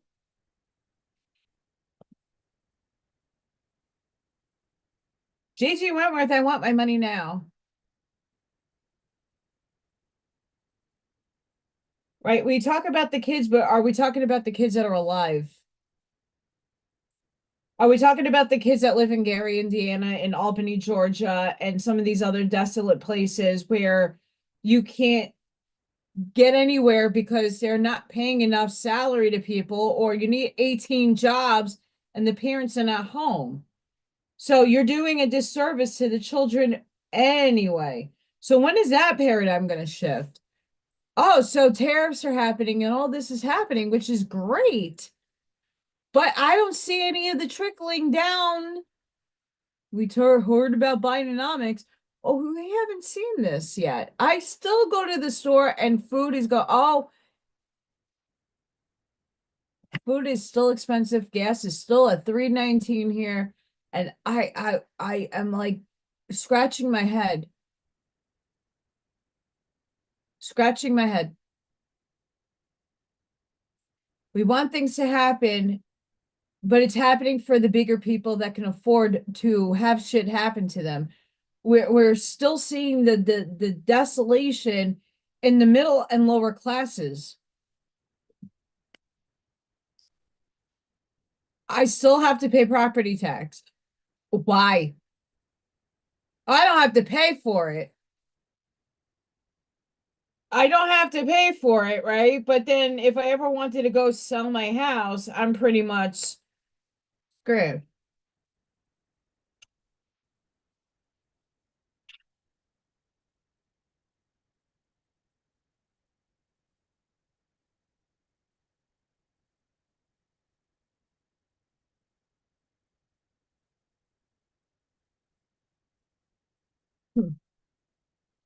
So I'm just looking at the bigger picture at, I'm glad that a lot of us are awake. A lot of us were already awoken since birth, spiritually. The political stuff, yeah, it affects our 3D world.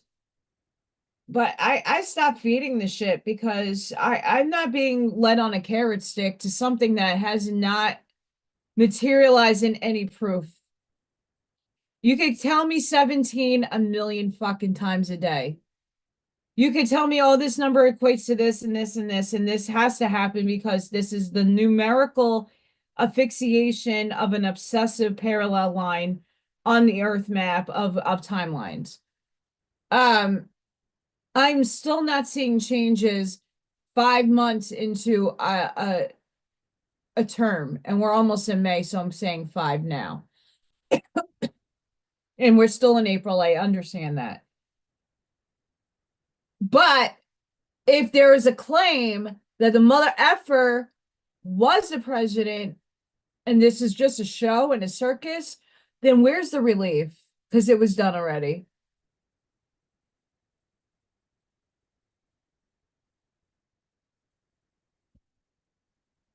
If this stuff was already in the behind the scenes planned out, and yes, things shift in timelines, absolutely.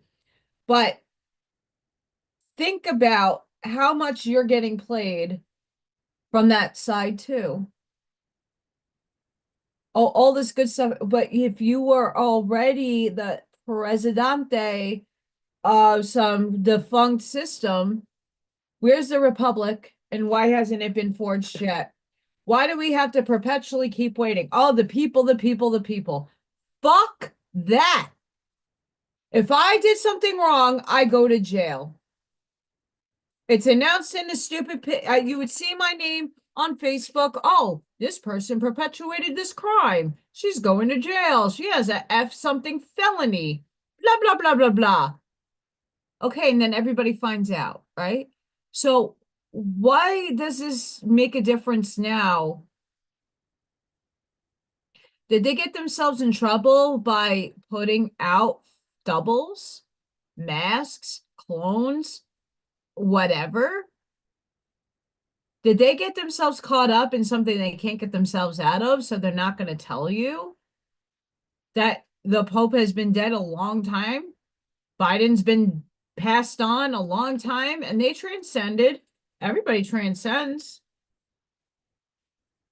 But please explain to me in what capacity is lying to the public about your secret nonsense gonna make is it paying my bills? Is it lowering my taxes? Is it putting affordable food in the grocery stores for me to purchase? Is my job paying me enough for the services that I am giving? You can honor me each and every day with a nice little laminated piece of paper and tell me I'm fucking fantastic, but it needs to reflect in my paycheck. And I'm very happy that my assistant principal really likes my job performance and is very happy with me. And I like that because I like being appreciated. I like having good words spoken in my name. But does that pay my bills? I wrote HR. I wrote another person yesterday. I didn't get a response. So I don't know what kind of shenanigans is happening, but hi, Clackdeck. Sorry, I'm not ignoring anybody in the chat. I hope not. But we got an Amish mindset. I know that we got to support each other.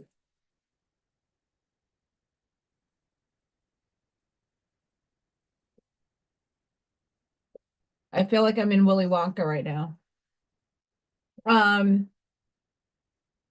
It's hard. I know Arnie sells I love Arnie's Oracle cards. I've been using them on Friday Night Lives and in the channel member only videos. If you have the extra fundage, go get a deck if you're into Oracle cards. They're fantastic. Find like the YouTube channels. It doesn't take much energy to go subscribe to somebody's channel or to like a video. It doesn't hurt anybody. To me, that's Amish mindset. That's what I've been trying to get at for the first year, 2 years that I've been doing this channel. I'm like, guys, does it really hurt to do this? It's a movement of a finger. Does it hurt you? Unless you have arthritis in your finger, then I can understand it does. But it's an energy exchange. It doesn't need to be financial. I think that's what a lot of people miss. It's the littlest things that you can contribute. All these people that I listen to on YouTube, I'm always liking the storm chasers. I leave their stuff on the background because that's watch hours for them. For Brian Scott, for all the channels that I listen to, I subscribe to. If I listen to more than one video, I'm subscribing. If I align with something in it, I subscribing because that helps people.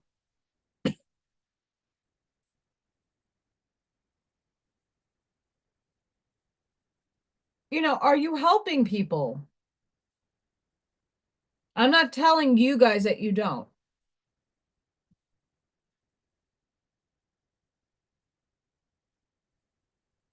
Yes. And Arnie's doing his mission. He is uplifting people with messages from spirit. It's all divinely guided.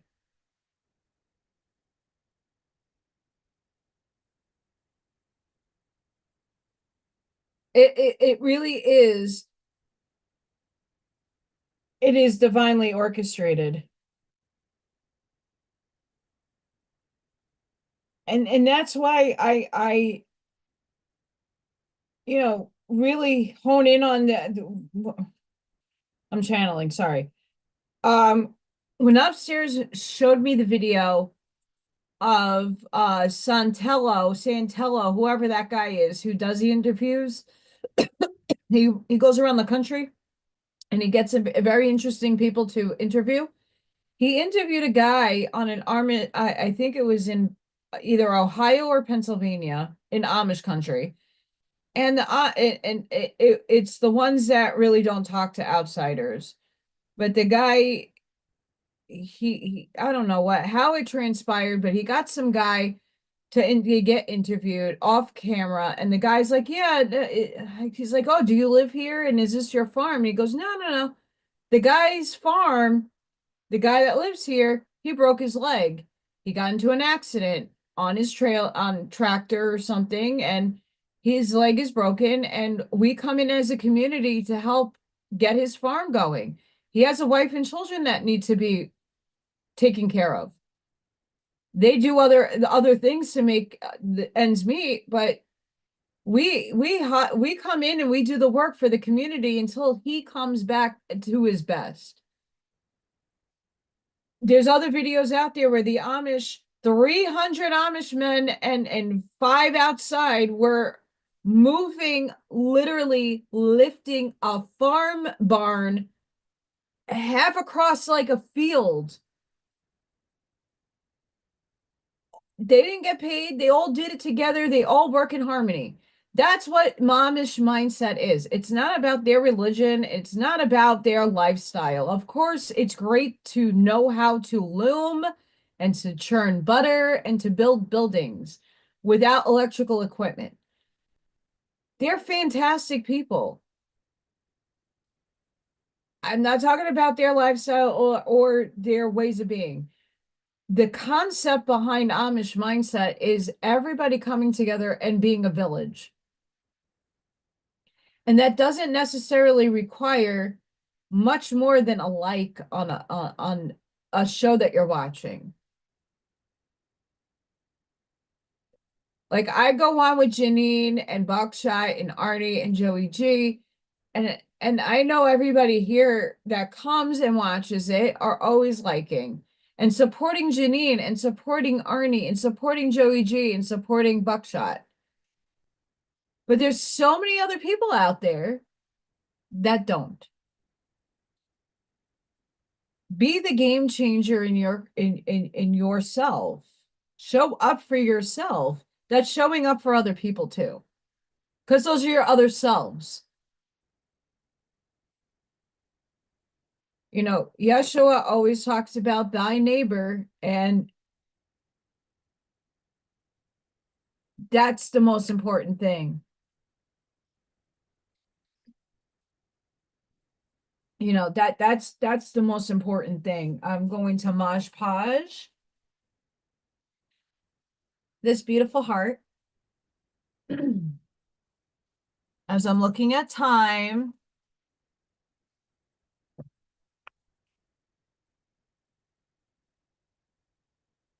I know for some of you it's 8:33. It's 7:33 by me.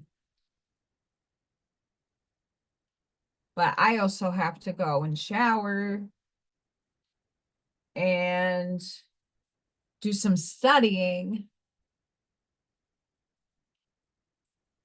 So I don't give up on my dreams. I mean, when I first applied to be a paraprofessional, I had to write an essay, and my essay was I want to teach deaf children art.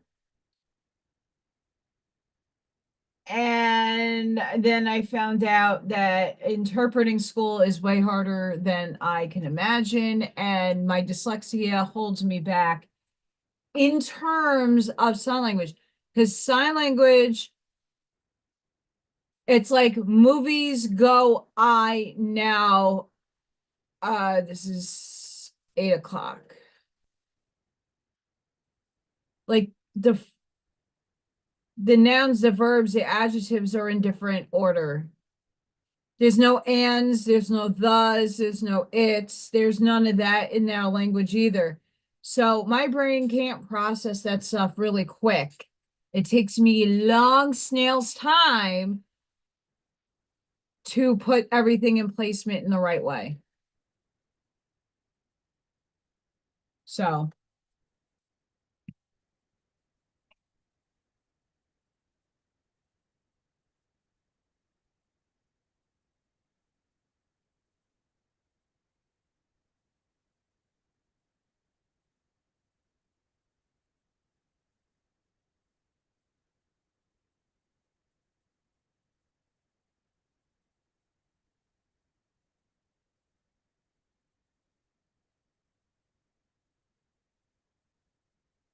I'm taking green, yellow. I mean, the Crayola, get original with these names. Green, yellow, titanium white. As the color bleeds.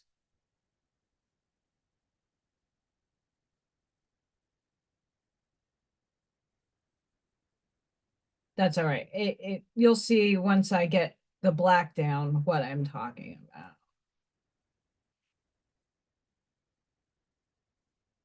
Oh, Ash Maya. That's late.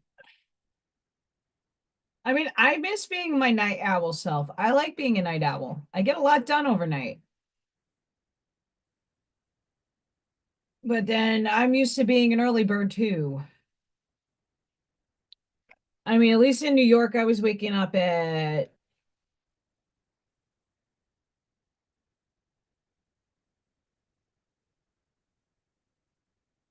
4 o'clock in the morning, and at the Y, when I worked at the Y, I was waking up at 3:30 in the morning.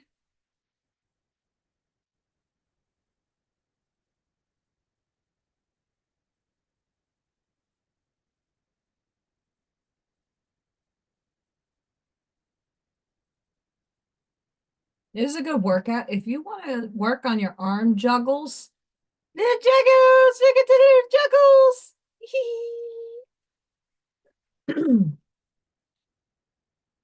See, I'm a little fat. I mean, I get some fat there. I got guns. Bring it to the gun show. But if you want to work out on your jiggles, color. It's good toning.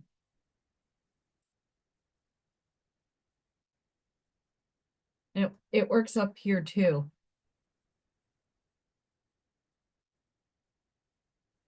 Jiggle fat. Like the fat's jiggling right there. I feel it. And no, that was never a problem for me. Um, and I'm kind of happy that there's a jiggle there because it tells me I still have weight on me. I try not to weigh myself. After New York and 97 pounds, I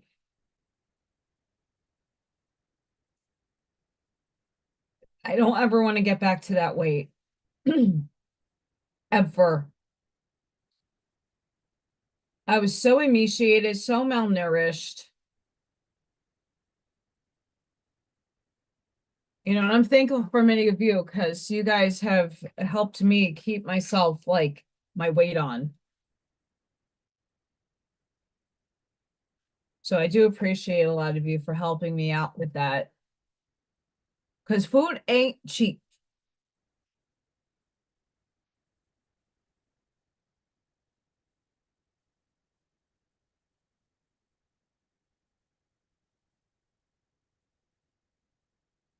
And I will ask for my prayer warriors. Oh gosh.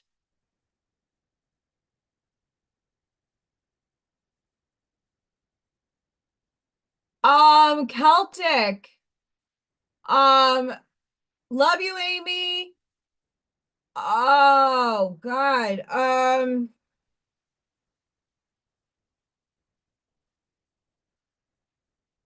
I don't want to say I want to tell you the stuff that Joe Rogan talks about. I don't want to say it to get flagged. Iverse, start getting find that ASAP. Go get the horse stuff. I'm not a medical doctor. I'm not giving any advice, but do a parasite detox ASAP now, like now. Go online and find benzene. And the reason why I'm not saying the full term is I don't, again, they're being tricky. Um, uh, if anybody in the chat knows what I'm talking about, I don't know if Celtic might. Please, yes, yes. Go get that ASAP.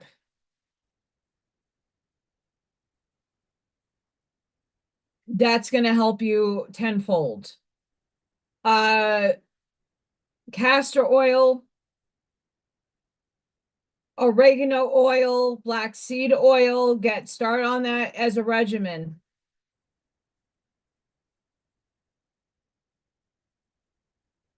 Paralysis is not fun, and I know exactly how that feels, and it is not fun, and I am so sorry that happened to you. And that's another thing about me and tick. I don't like them because it can make my body shut down, and I don't know. Thank you. Okay, good.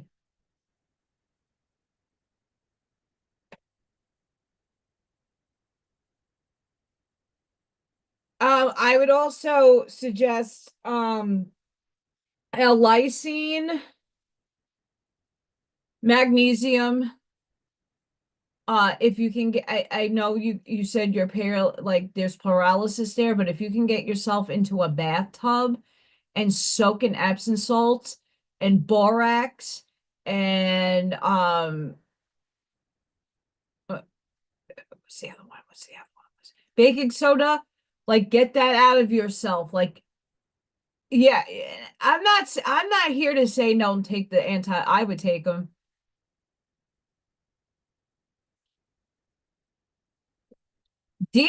All right. So here's the thing with D3. Take D3. You can get these online with K2. Magnesium, D3, and K2. K2 and D3 are together, and then you could take your magnesium if you take magnesium supplements. The reason being is the absorption into the system. I used to be deficient in D3 my whole life. And I could sit out in the sun for hours and my immune system is all shot. So I started taking a friend of mine who is a trainer was like, no, you need D3 with K2 for absorption. And then the magnesium helps your immune system, L-lysine. And if you're going to do zinc, separate magnesium and zinc and D3. D3 magnesium K2. Zinc, I do zinc, black oil seed, and oregano, and I do that at night.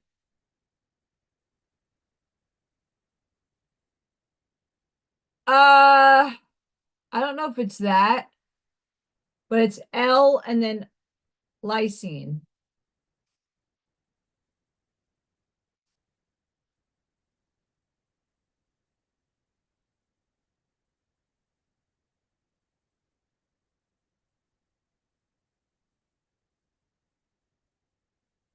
Let me see if I can find it.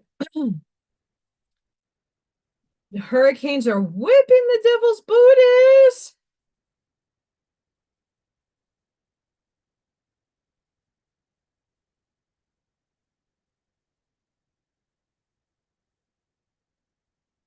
It's loading.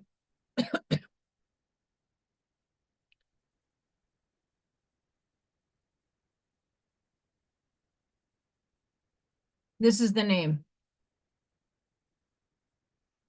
Money. If I start feeling a little rough under the weather, I will consume that. It's a horse pill. It's a horse pill. And I mean, FYI, do your research. I just know what works for me. It may not work for you. I know, oh, yeah, I did pink. Um, Geez Louise. I'm so sorry you're having to go through that. But the more you can detox and get your body non-parasitic, the better. Zeolite, if you take that first thing in the morning, zeolite is good. That's a good detox. But here's my thing. Don't overdo your detoxing. Obviously, you need it ASAP now. But there's other people that continuously detox their bodies without bringing it back to some sort of semblance. You have to give your system a break. I only know that because I detox heavy metals and some other stuff when I was diagnosed with arthritis, and I got way worse because I wasn't taking in the nutrients I needed. No one told me to balance this with that and take this at this time and separate that with this, and bananas. So just be really smart about your intake on things.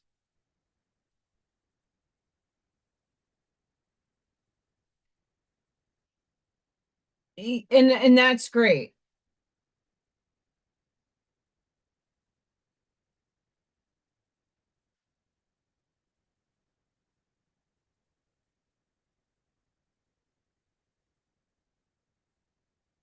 Here's the thing with arthritis. It's a state of mind.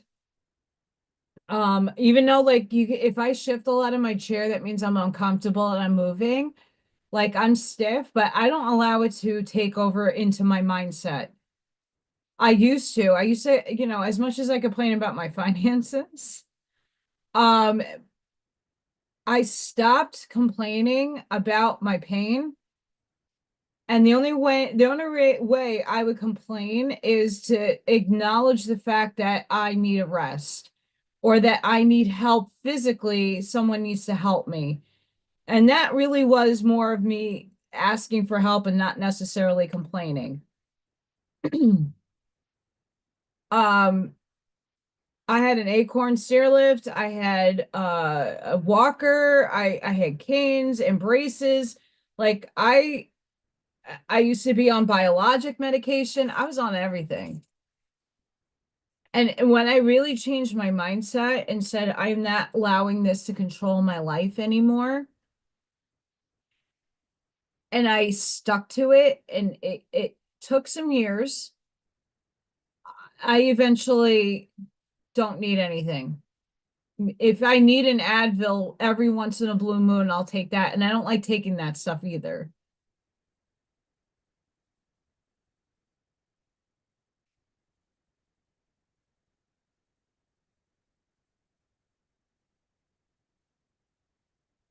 Yeah, that's because like you're also purging. You're purging, my friend, which is a great thing. Like you have to ask yourself, what did this stupid parasite bite me? And why is this presenting in my life? Like for me, why am I looping again in a financial sense? Okay, what is it in my body that needs to be purged or my mindset? Because the last 2 years, I only been building like, oh, I have to get a website in order to get a presence online for my artwork. Oh, and I could do this on YouTube. I wasn't thinking financial stuff. I was thinking about my future and setting myself up for success. I wasn't sitting here 2 years ago when I moved. Oh, fuck is me. No, I was sitting here going, okay, how am I going to make this the best life ever? New start, new me, new it all. And why is the cycle repeating itself?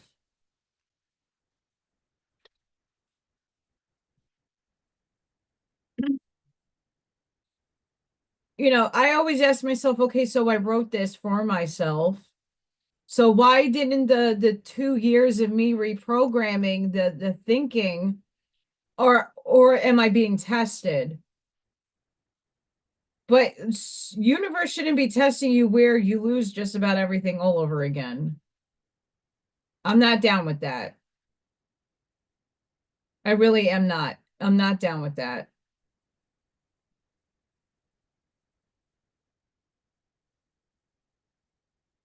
But it's your story, Allison, and you have to own it. I get it. I get it. I really do. But nope, no thanks.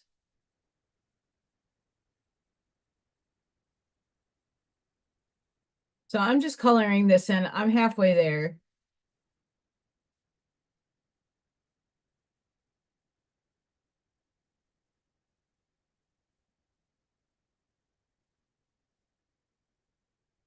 We're energetically moving into higher photons and higher our activations are happening. So I know Charlene was talking about like the Sirius B. Like that's the star system that's activating within your etherical DNA. That's why you're starting to think about it. It's just like me when I started waking up to the Starseed faction stuff. I'm like, oh, I'm Palladian and only Palladian. No, you're not only Palladian. Like to get this one. This is a jaw dropper. I have a child in my class who started saying Anunnaki, and there is a delay in speech. So I'm like, wait a second, did you say Anunnaki? And the child's like, yeah, Anunnaki. What does that mean to you, child?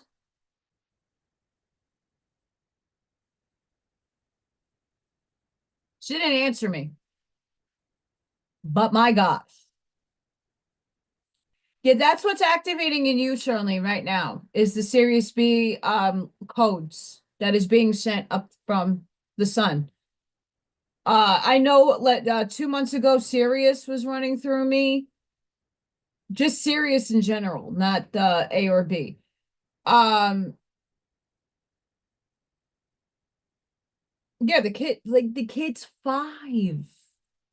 Kid's going to kindergarten. How the hell do you know about Anunnaki? And I don't think that her family is all quite understanding and knowing about any of that. So go figure that one out. I don't know what to put here. We'll go with yellow.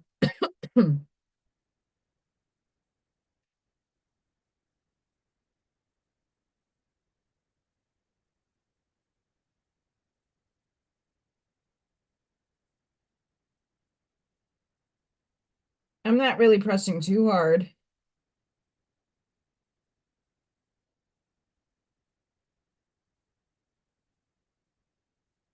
This is just about dry, but look how pretty.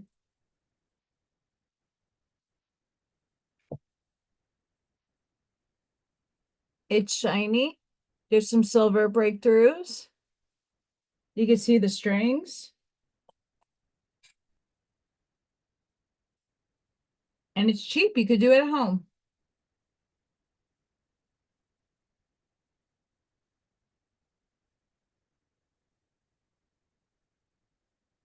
But yeah, I honestly think child's getting activated with something because there's no way she knows about the Anunnaki. She's only 5. And she's not open like that Starseed child that you see on YouTube. No, not YouTube, TikTok and Instagram, where mom is asking some interesting questions. Mom's a starseed herself, but the kid is like being honest with like source. And once again, he talks about source just like how I talk about source. So yeah. Daniel Scranton has been putting out really good channeled messages with Saint Germain and the creators. His Octurians come through. There's some good stuff. So I mean, whoever you listen to channeling, I'm not saying that many things differently, just different verbiage.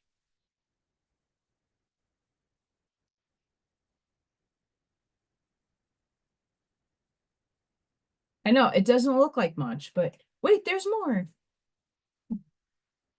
Wait, there's more.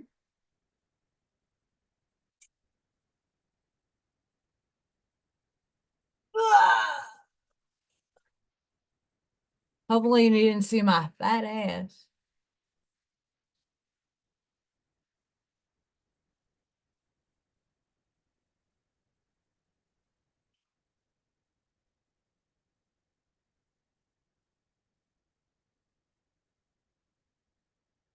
That has Maj Podge. We could do that.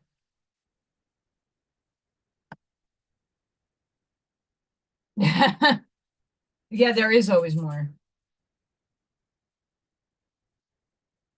So I'm taking black paint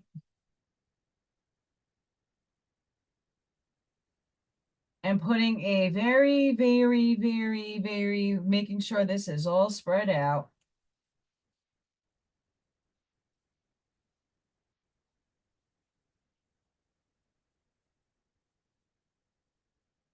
Anybody got to see the Northern Lights there? I was supposed to see them, but we've been having cloud cover.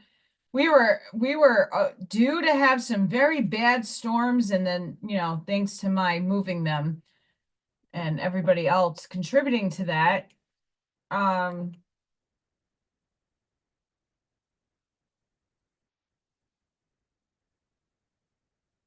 I need more black paint.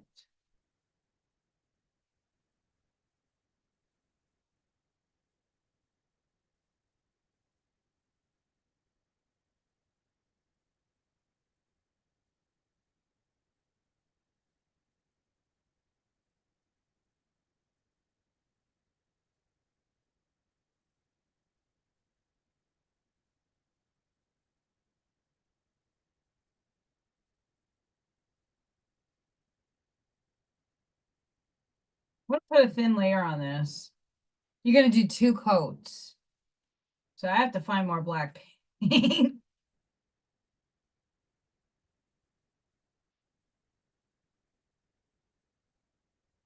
I don't see Blazing on here, but I want to thank Blazing. Um,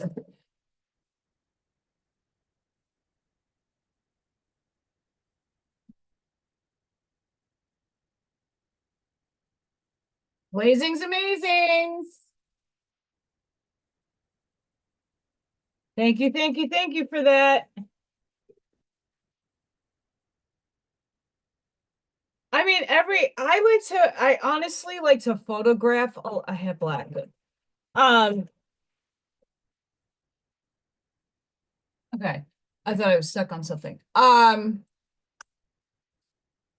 Honestly, every time there is some awesome thing in the sky, there's always cloud cover by me. It makes me so sad.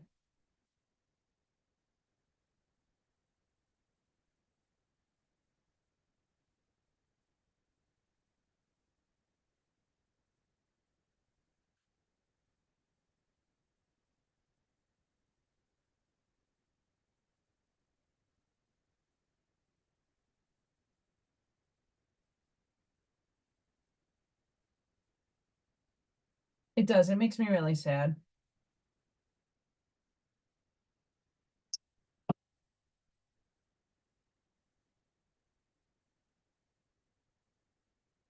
And anybody could do what I'm doing right now is like just getting crayons from the store. They're like $1 and change.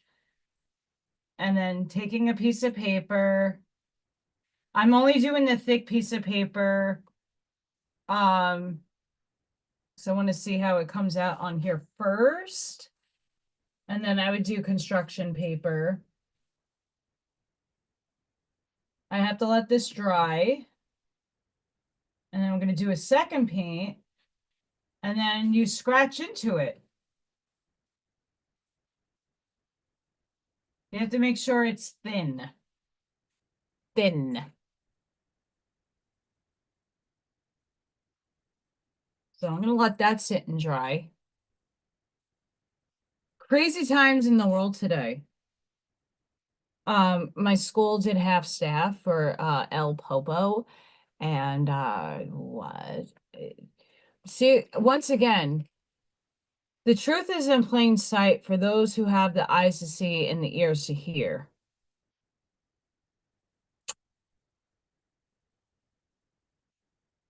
But at what point are you going to be cognizant enough to know the truth for yourself? Because it's already in you. The truth is here. It's already in here. You already lived this. It's about remembering.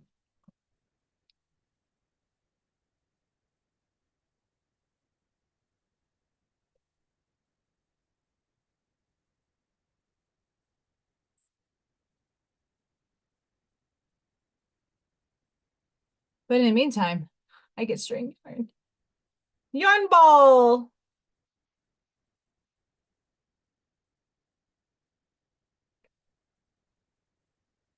I mean, I don't know how many of you out there are, struggling like I am financially and figuring out job situations and getting strung around by 3D peoples that don't get it. And I know we're the trendsetters, we're the ones that make the way. It is all a test. I definitely get that. But at some point, you still have to do your mission, and within the mission, you still have to be able to do it. How does one do it when you're in a 3D paradigm where there's no way you're paying your bills in a month?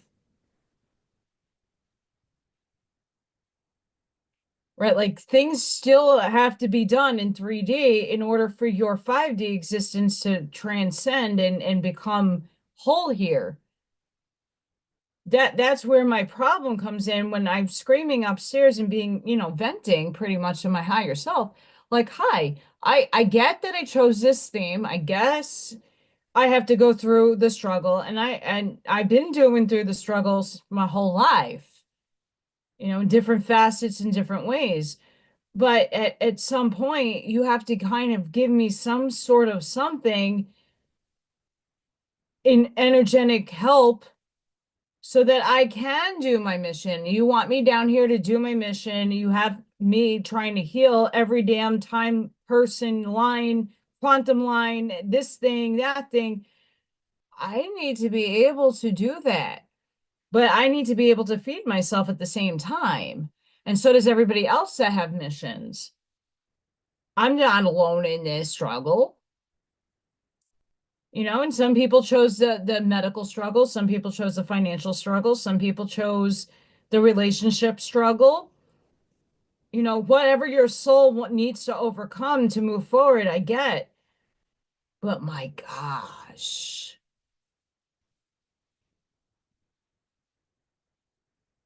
there has to be a break. There has to be a break for some of us. And for me, listening to people for years on end tell me that, oh, this stuff is going to happen. 17 is showing me everywhere. And okay, that's great. 11, 11, 11, 211 has been showing up my whole life. And I don't need some crazy ass um I just want it. I just need stability in my life. Stability. I don't even need security. I need stability. Is that so hard to ask of myself?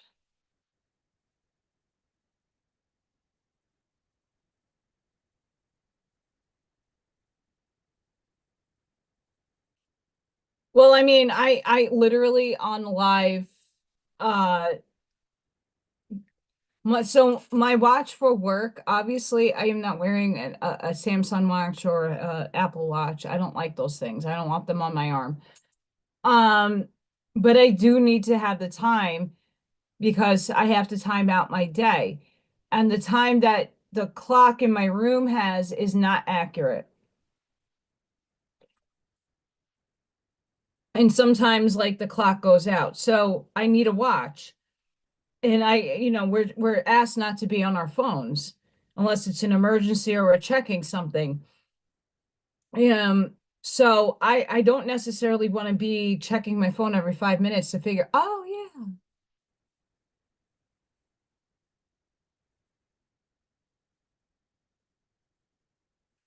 Yeah, exactly, Charlene. And that was like my point of yesterday's spiritual soul advice is like I'm persevering through the shadow moment right now. I'm in my shadow, I'm in my ego shadow, dot death. When it comes to the career and like I'm showing up for myself every day. I'm doing the best that I can in my frequency every day. Like obviously I am still doing projects in order to manifest me doing this in a classroom with a bunch of kids. Um, this is for the kids. I mean, but it's also for everybody else who's interested in doing it. It's not exclusive to that. Um, but it's going into my portfolio and I'm writing a content curriculum for it, a project, a lesson plan for it. I'm showing up each and every day. And even though I had those moments of like, fuck, I'm done. I'm done. I still am showing up for myself. And I never gave up in New York either when things were really that bad. I was in a lot of pain. I was hangry. I needed a Snickers, and I didn't see too many lights at the end of the tunnel. I still did not back down. Obviously, I think New York owes me a fuck ton of money for going against the law. Mandates are not laws. I did not deserve to be kicked out the way I was, and the unknown of, oh, you might get your job back. I hate when Yarn does this.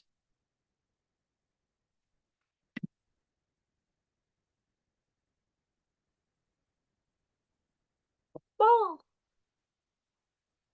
um, New York did me fucking dirty. Like I didn't have a choice. It was either, oh, you could work and not get you can hold out hope, but you can't work another job. You don't get paid, but you'll get your job back, or you could take a severance pay that they didn't pay me for at least 8 months, and you will get hired back if things go back to normal. And you get your health insurance up until a certain point, and you can work. I had to take that. There was no other option. There was two options. And I'm like, well, I don't make enough money. I don't have enough in my savings to live off of the next whoever, whenever someone figures out if we are working again. And then it comes down to the fact that I needed to take a jab in order to go to work. And you can't even walk in a building without proof that you had it. You had to show that stupid fucking paper like the SS Nazi nonsense. No, thank you. Go fuck yourselves. HIPAA law is broken in every facet. Everywhere the laws were broken. The Geneva Convention, that treaty was broken, and no one gave a fuck.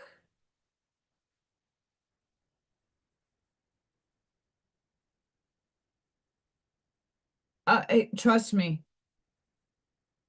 Like I said to my principal back in New York, I said, I have a lot of allergies and I just don't have a good feeling about this for myself. If we understand science as what we learned in school, then everybody here who took a vaccine should be here and putting it in liberal, keep my job terms. Everybody here should be protecting me. There's only three of us that didn't get it, and all of the rest of the population of school did. So explain to me how I'm going to be the one killing all of you if you're all saved.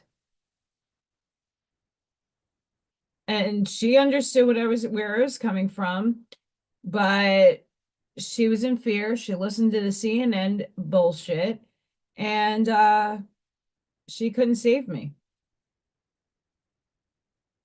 which is sad. And a lot of people like, well, why did you move to Indiana? Because things are a choice here. If you want to wear a mask, you can wear a mask. If you don't want to, you don't have to. You don't have to get vaccinated here.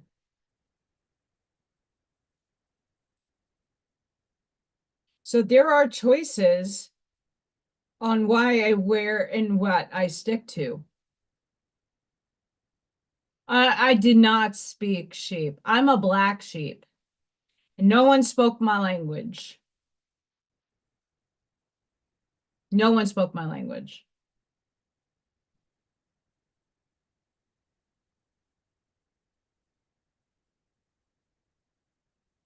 No one spoke my language. But then again, I give compassion to those people because they were really in like legitimate fear. They did not comprehend because they weren't awake. They weren't using their critical thinking. They were not using their discernment, and they were not going, oh, yeah, this isn't making any kind of sense. This is an Ebola. This is an outbreak. But I give compassion to those people because they really felt in their heart space those things. And I love them nonetheless, and I don't wish them any harm. And I am hoping that the ones that I seeded are awake. They are slowly waking up. And I'm just helping steer them in the best directions that I possibly can. That my friend Ferris texted me, "Hey, are you free?" I help him out a whole bunch. He's Muslim, and he's going through hard times, and he is one of the three.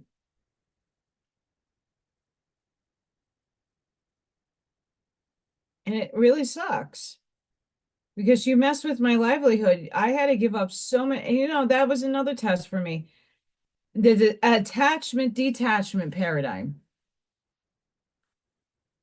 We're so attached to things, it holds us back. And for me, I have been a Zumba instructor, a tattoo artist. I was a lifeguard, a camp counselor. Uh, I was a dog sitter. What else did I do? I have done so many things in my life and nothing stuck.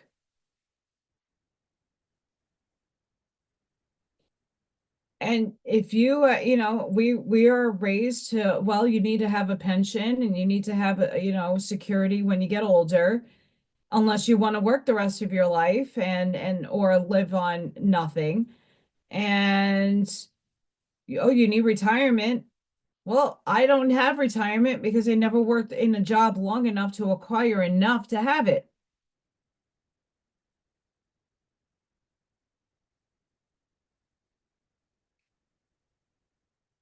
You know, the hardest detachment for me was really my parents' jewelry. I don't know why. And it wasn't fancy. It wasn't like millions of dollars. It was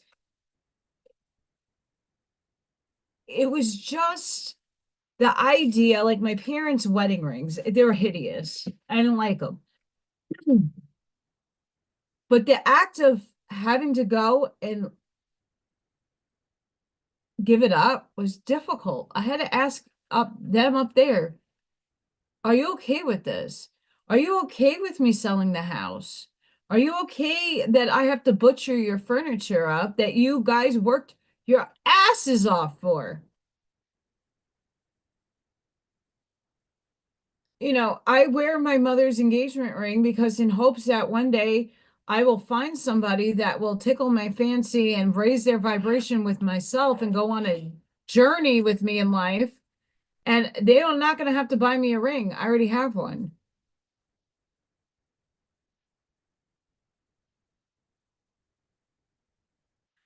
But I think I passed the test when it came to giving that stuff up and really understanding it's just stuff.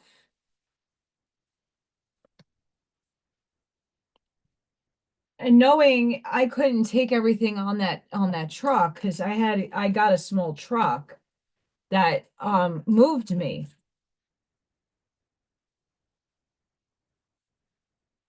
So it was really difficult for me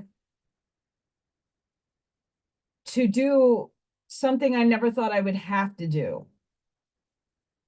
I was forced to do it. But in that, I learned how that taught me a very, very, very, very important lesson of detachment.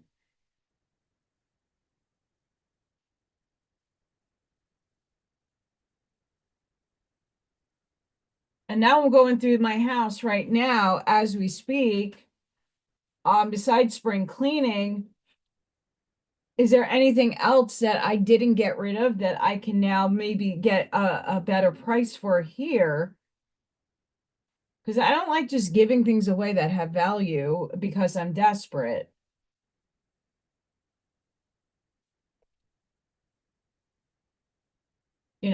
That's something that I also keep in mind. Like stuff is worth things. Stop giving it away for $1, right? I gave my entire painting, like paints, I gave them away.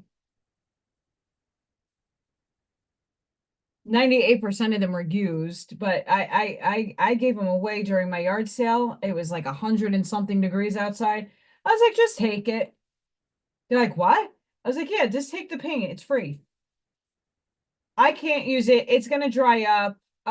Use it if you want to. I gave a $800 China set away. It was probably worth a lot more.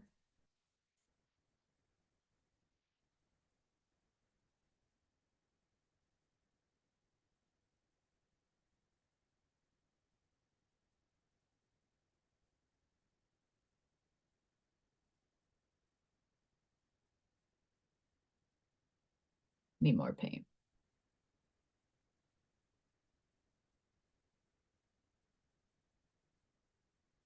Um, you do what you have to do in order to live, but why, like at this point in time and juncture of linear time space, like, do you really think that a lot of people are ready to give up their possessions?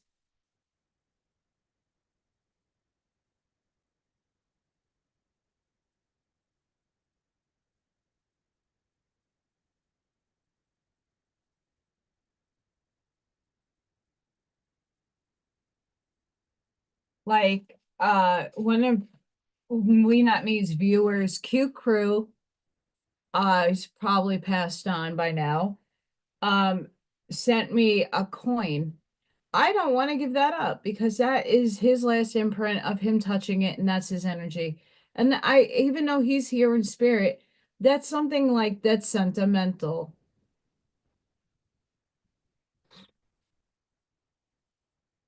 I don't want to give that up. That's like a piece of him, and eventually I will, but it's a little too young. But that's really like where a lot of our testing is coming into the fold. I mean, there's a lot of things I could sell. I won't on Etsy the other day, the keys of Enoch was listed for $200.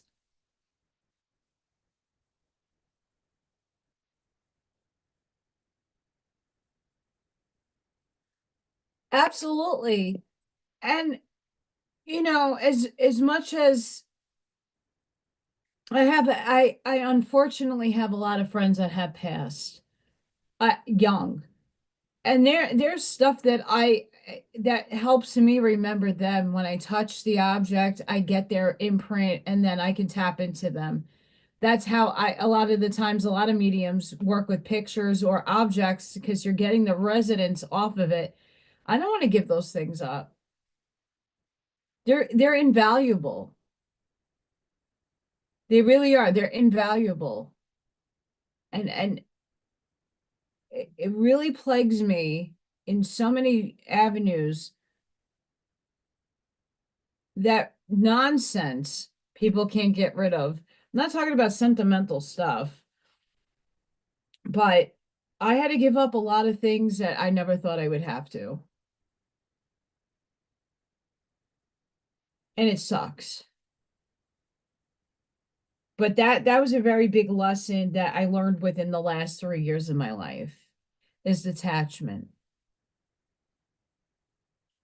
And I'm glad that I was able to come to that awareness of that was a lesson for me. And it was one of the hardest things to do. But I also know whatever I did give away is being used properly and it's being used because the need is there.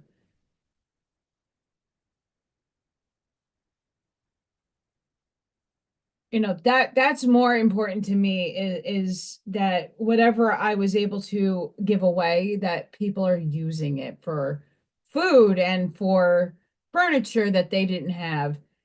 Yeah, that stuff to me is more important. My parents worked their asses off their whole lives, and I was holding on to you know, their integrity.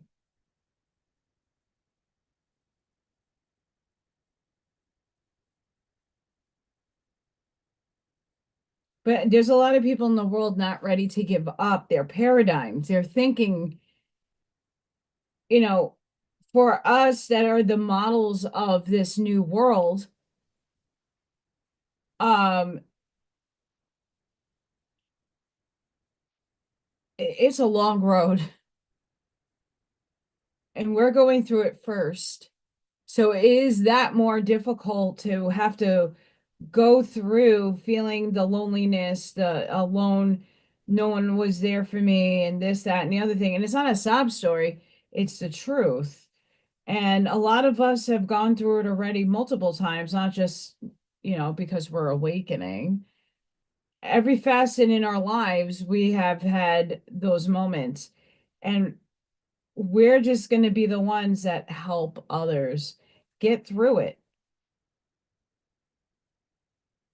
But we have to go through the shit and the nonsense first. And that's where I'm kind of on the tired scale of. I'm tired of having to be the first and have to figure it out first and not have many people. Thankfully, a lot of you are going through it too. But a lot of us are like, okay, when is this nonsense going to end? I'm done. I'm tired. I need a break. Like it's not just physical symptoms anymore. It is every symptom that I got to juggle all at once. It is a circus inside. Hi, Blazing. I showed everybody the beautiful gifts you sent me the other day. That made me so excited. You're truly amazing. Thank you. I'm rolling up yarn at the moment. I'm waiting for things to dry. This is it's still sticky, but I made a window hang the kids can make. I really wanted to do the back, but that did not turn out. I'm trying to figure out what to do with this. 'Cause I didn't do the back.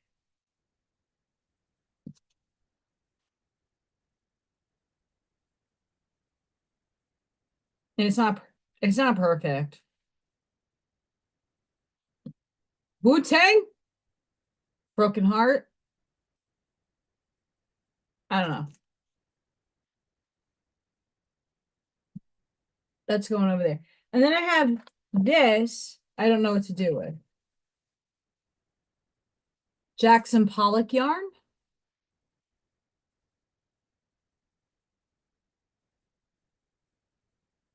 Jackson Pollock yarn.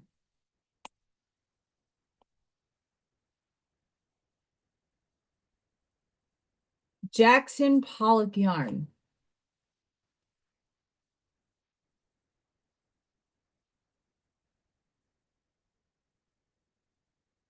Yeah, my check gets stuck once in a while too.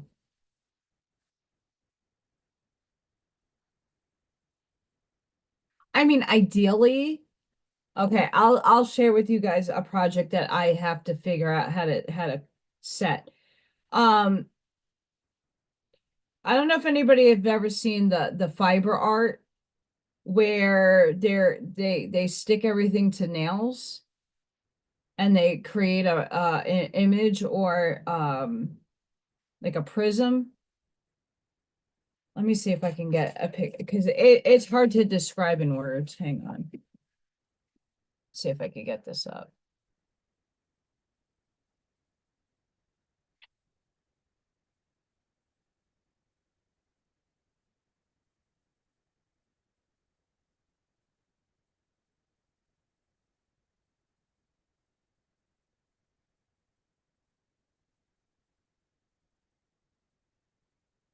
Gee. It's giving me nails like fingernails. I didn't say fingernails.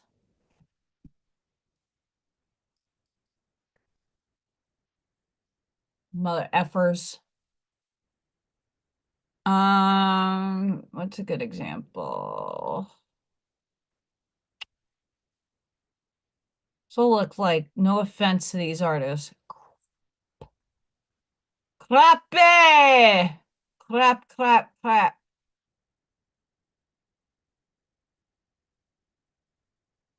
Sorry, not sorry. I honestly, one of the girls I graduated college with, oh, here's something interesting. Um, even though not really. Um,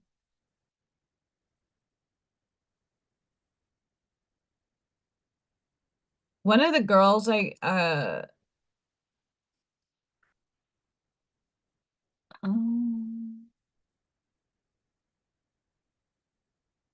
yeah, yeah. Hang on. All right, let me share my screen. You'll understand where I'm coming from in a second. It just makes more sense. Showing you guys. See what he's using right here? There's nails, and then he's stringing the strings. And then do you see all the portraits that the person's created? Add a string? Yes.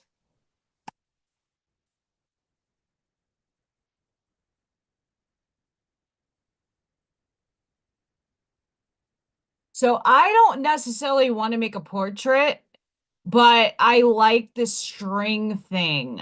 It's string theory for me. I don't need to have a portrait, but I like the movement of the thread. It's really cool that people can have the eye for that. It's just not my thing, to be the one doing it. Um, because there's a lot of other elements involved, but I like the nails. I like the repetition there. Uh, but I hope she doesn't get pissed off. One of the girls I graduated college with is a fiber artist. She did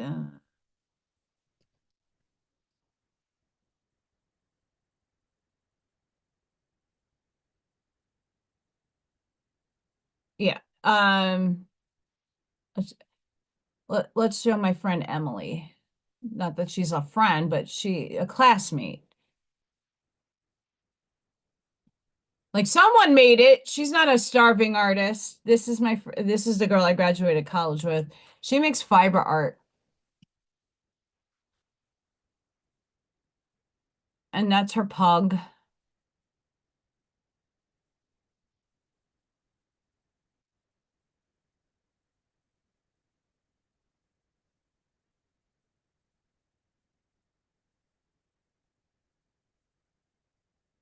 She went to Iceland to learn how to do fiber art, weaving and looming.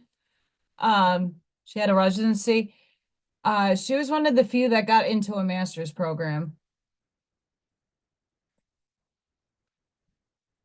but I like her art.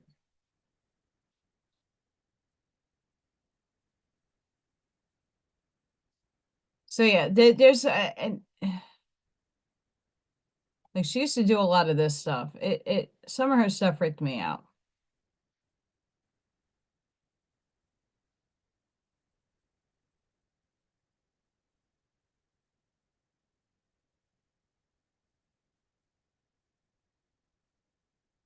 That's insane.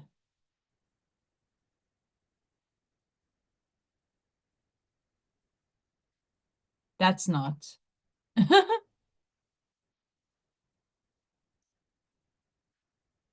It used to be very, yes. It used to be very, very popular. And I have the actual what I think I did it in high school. Um, outlets, they look like happy faces. They look like open mouth faces, like where you plug your plugs into. And I don't know about you in Ashmayaland in Ireland, but we have the electrical sockets. So I bought a whole box of them, and I took wire on a stretcher bars. So that's just the frame of a canvas, the wood, and I glued the smiley faces down, and I strung everyone, and I put one in the middle, and I spray painted it. A lot of people love that stuff because it looks like a happy face.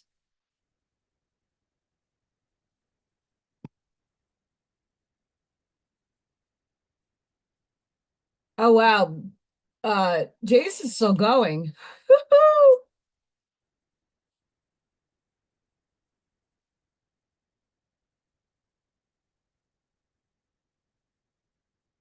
Um,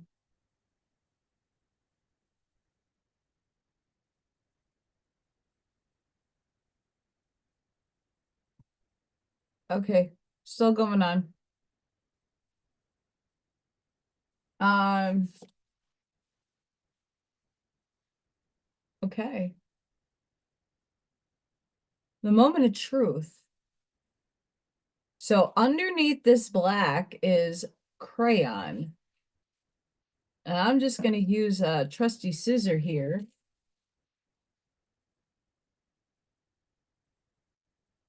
to peel it away. Scratch. What can I scratch?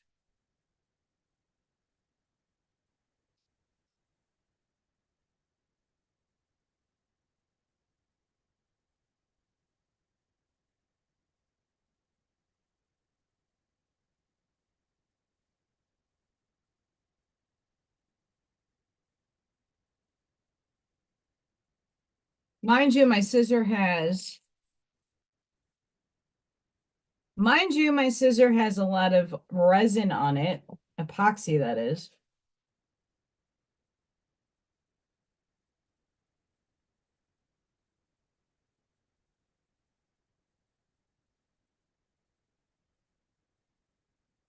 I don't have any of my other tools around here.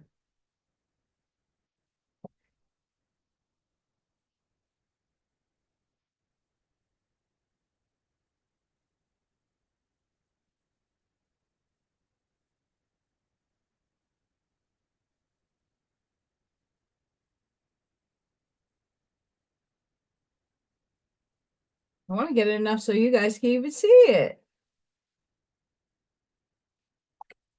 I want you guys to see it.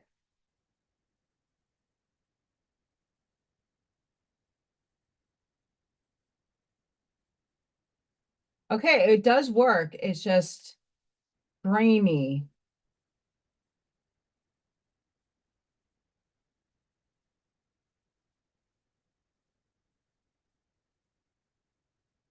It's grainy, grainy.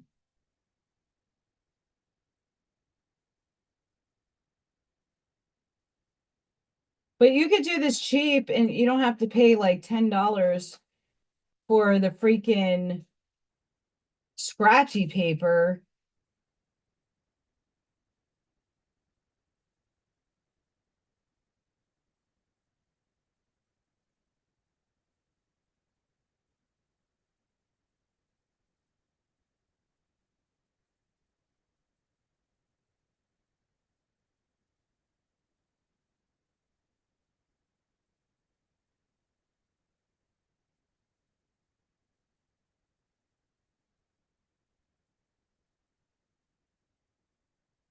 Scratch cat fever. Boop-a-doo-boop-a-boo-boop-a-doo-doo-doo-doo.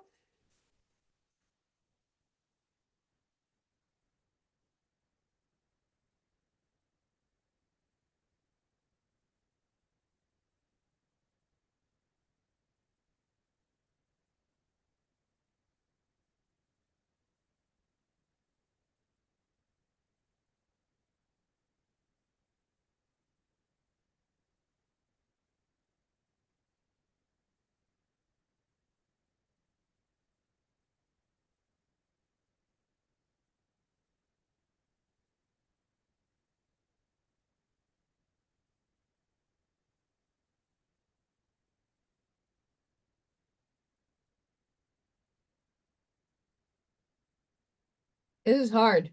Not gonna lie. The chick that did the video made it look so easy. So easy.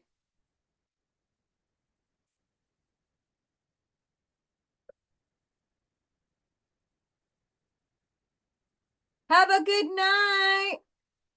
I'm getting off soon too. I have to shower and get ready for tomorrow.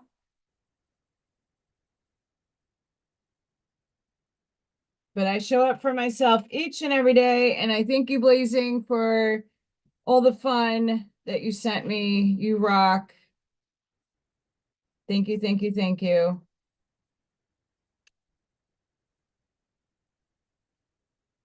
Don't ask me why I did an eye and trying to make it look human. I don't know.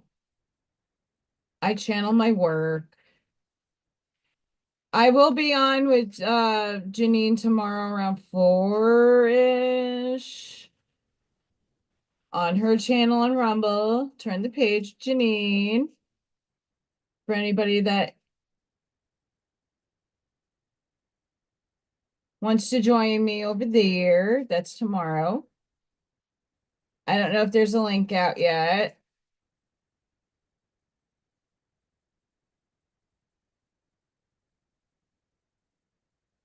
Mind you, it's just scratch art.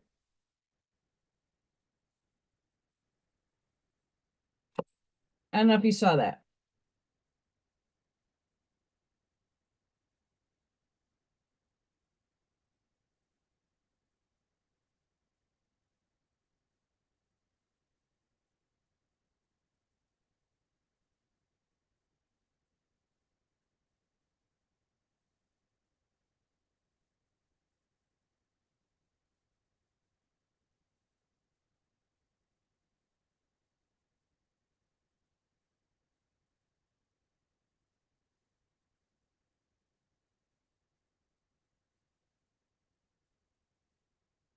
I have to work too hard to get the colors that come out.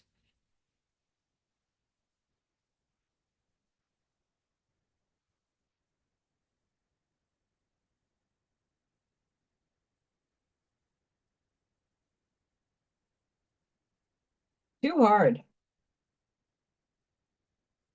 I mean, it looks really cool, but I don't think kids,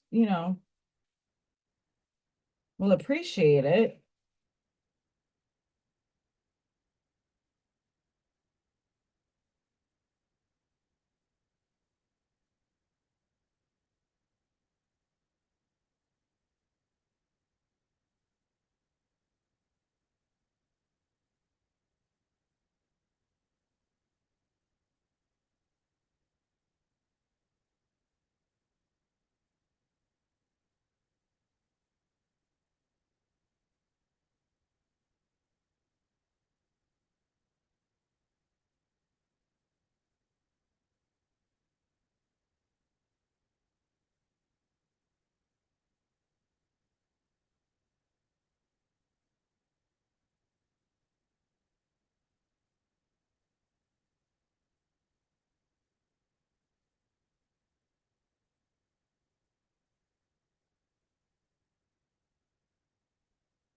It's even hard to do with your nails.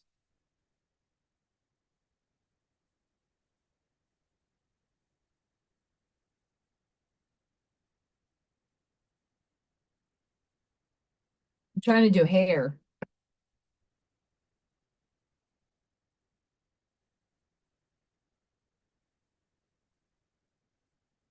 I'm sorry if that sounds like hell in the handbasket.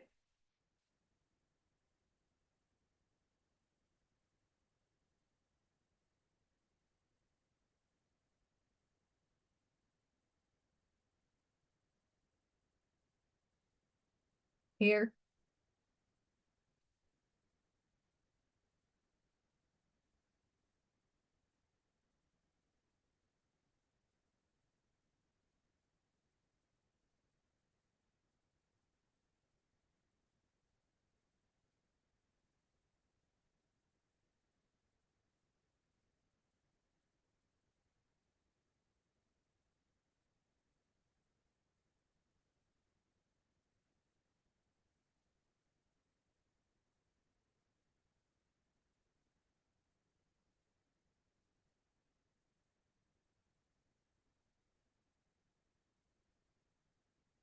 Yes, it's scratch art, but I don't know.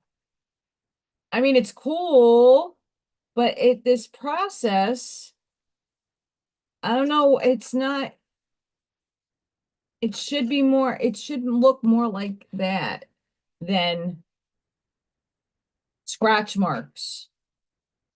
I don't know if I have to apply different type of acrylic paint or tempera paint. I mean, it is scratching away,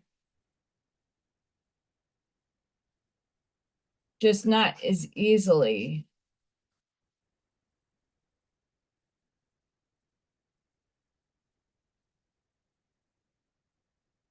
I don't want to kill you all with the noise, but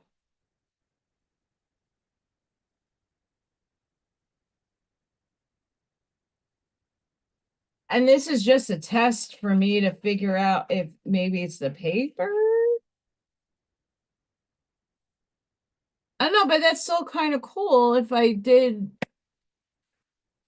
shapes or something. Not a portrait, but I don't know. I was just going with whatever.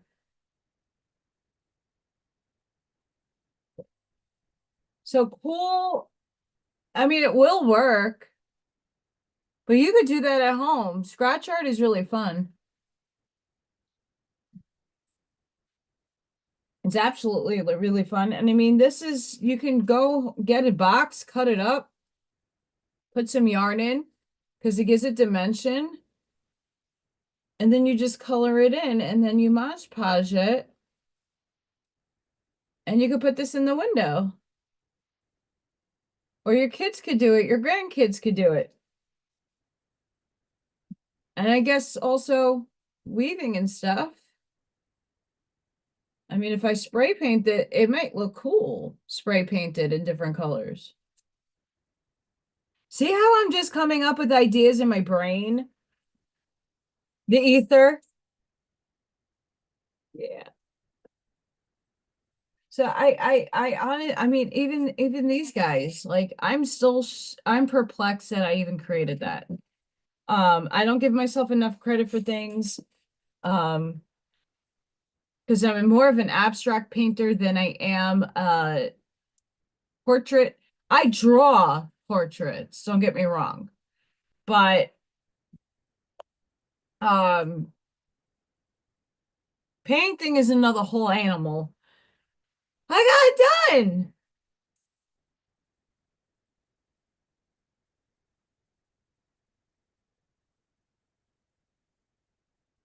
There you go, Eclectic.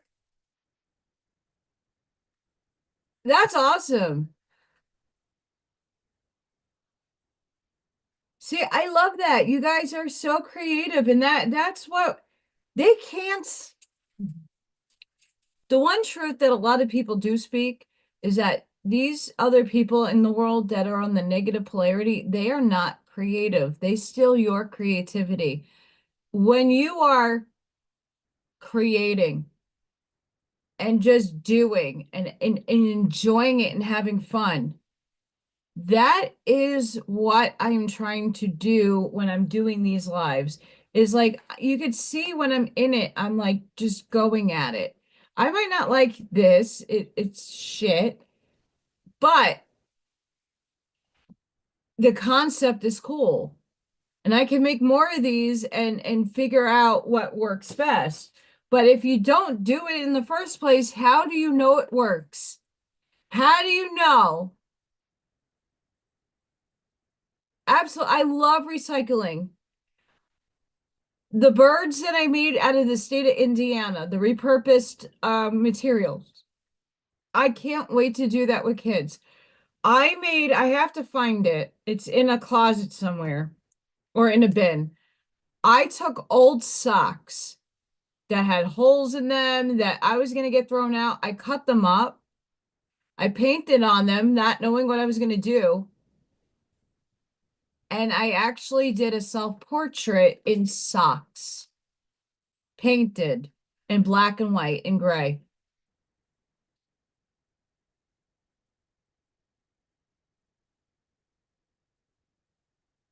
That's awesome.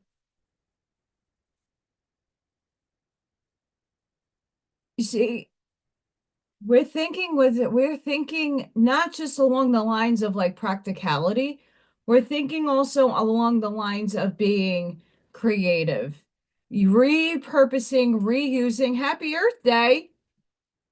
I repurpose all the boxes. If I get orders from Amazon, that's what you're getting your paint and sips, your pyramids, you're getting them in Amazon boxes unless it's big and I have to put it in specialized size boxes. Um, I reuse things, buttons, caps, bottle stuff. I repurpose what I can because it's gonna go to shit anyway. Oh my gosh, snowman?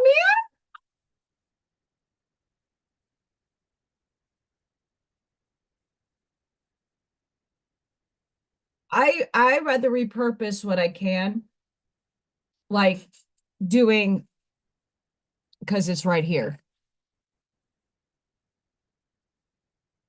Making ornaments using these little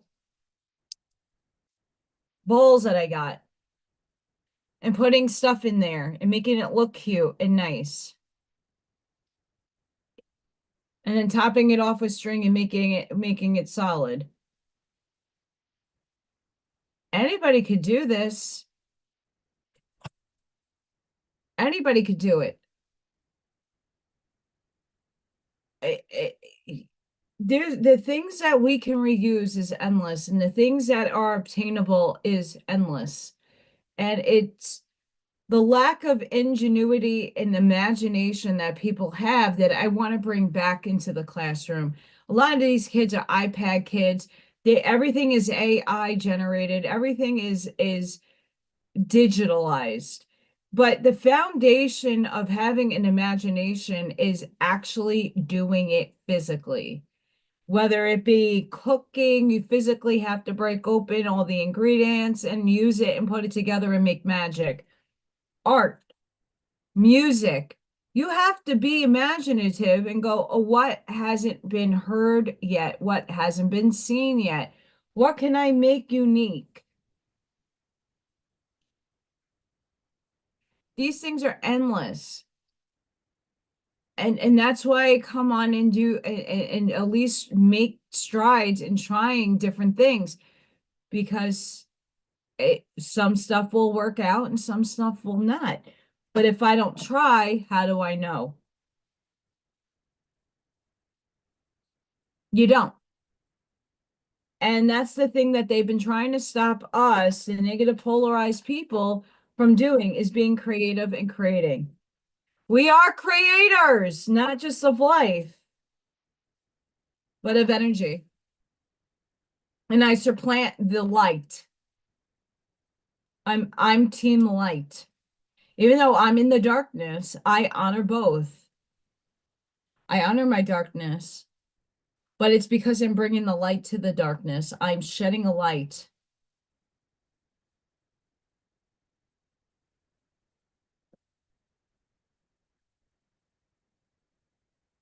Oh, that sounds so cute, Ash Maya.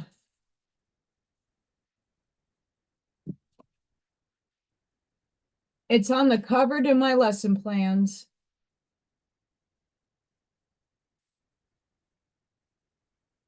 Like each and every one of us has a gift. I happen to be an artist in this life. But through my art, I hope I bring healing. Through my art, I hope I bring imagination and creativity and just exploration. If we don't explore, it took it took me years to get to make a dog look like a dog on a piece of paper. I use grids, I use kite forms, I use scales, I use gridding paper. I've used everything in order to get, and I try not to be like everybody else with their portraits. There are people who do it way more realistic than I do, but I do it in my own form and fashion. Like I want to inspire kids to look at something, but don't make it exact. Be creative about it. When it comes to Picasso and it comes to Matisse and Van Gogh, everybody copies verbatim their work. No, make it your own. Like and any one of my paint and sips, if you guys watch, I'm always about use what you have at your disposal. Your colors are not going to end up being my colors. Your duck might have a flappy wing or a tail, and it might be in water, not just white outlines. Your bunny might be brown or it might be pink or purple. It doesn't matter. It's the act of doing it.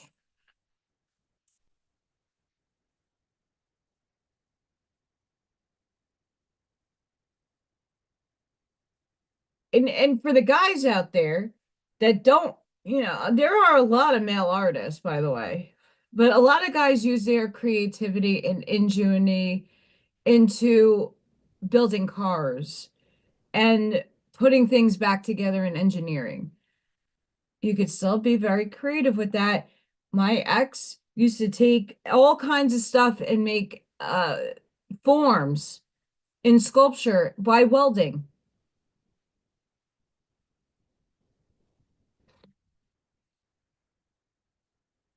It's unlimited what you could do. People use paper and quilt. They fold the paper in certain ways and then they add layers and layers and layers of paper, but standing up, that it creates amazing shit. Who would have thought? People carve into books. the imagination is endless if you allow it to be endless and infinite. If you stop yourself to say, what does anybody else think and what society thinks, and is this going to sell, then you're not being really creative. I never made any of my work unless it was a commission. Very few commissions in my life, but I've had them. I do the work for me. I pay for me. I do the crafts just for me. I have other people in mind when I'm crafting or I'm making something, but I'm not sitting there and making it to someone else's specifications or likeness unless I'm getting paid to do so. Sorry, my legs are killing me. I like doing artwork to do it. Hi, Barbara. How are you? Um, that's really cool, Ashmaya.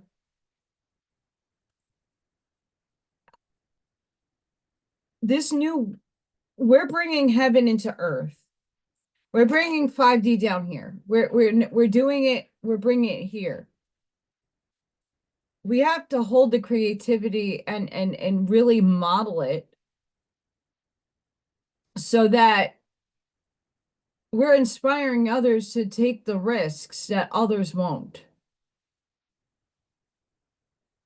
That's why it's very important for me in the way I've been feeling in getting this job and not giving up on my dreams and not just throwing everything in the garbage because there's 8,000 different million beyond financial obstacles in my path getting this position.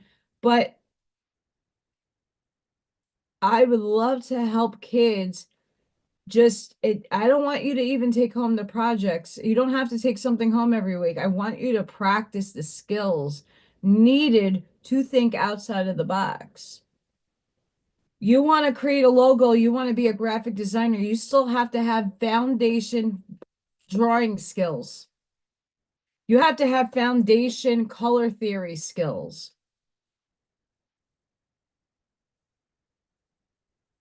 You have to have foundations and things. Like kids still need to go to school and learn how to function amongst humans. Play-based education. Kids learn best by learning through play. Got to make it fun. But mind you, as adults, when you pick up a new hobby or a skill or just try something you saw because you thought it was cool, I took crayons. Crayons are therapeutic. It's just like doing those mandala adult coloring books. I colored a piece of paper the way I wanted it, and then I painted it black, and then I scratched away at it, and here's a face. Not perfect. Doesn't need to be. It was a practice run. I could do flowers. I could do a vase. I could do so many things on this black piece of paper.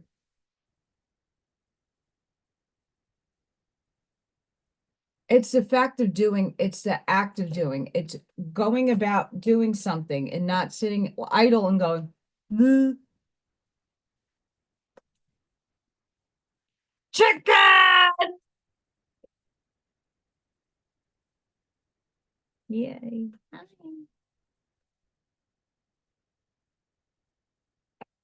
You absolutely can use crayons as I actually melt crayons and made gingerbread crayons for kids.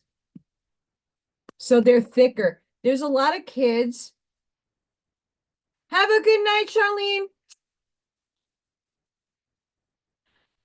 There's a lot of kids out there that cannot grip or hold a actual crayon. They need something thicker. So I made gingerbread crayons, melting regular crayons and putting it in a mold and making it bigger.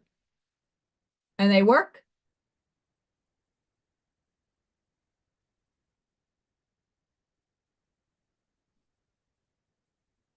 This is the thing that I want to bring back to.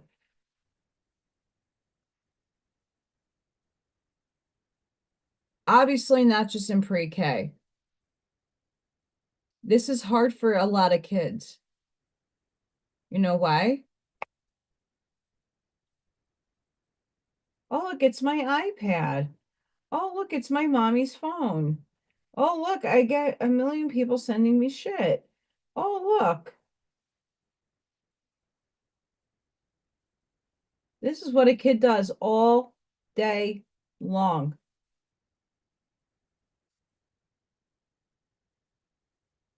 And I know there's a lot of parents mix mosh on the technology. I get it. But if your kid cannot write properly, if it looks like chicken scratch, like a doctor wrote it,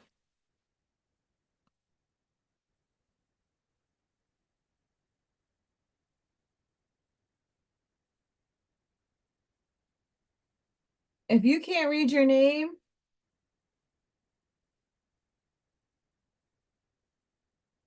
or sign your name,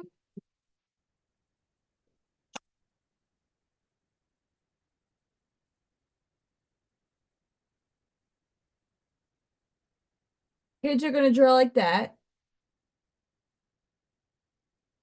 They're going to get frustrated at coloring in the lines.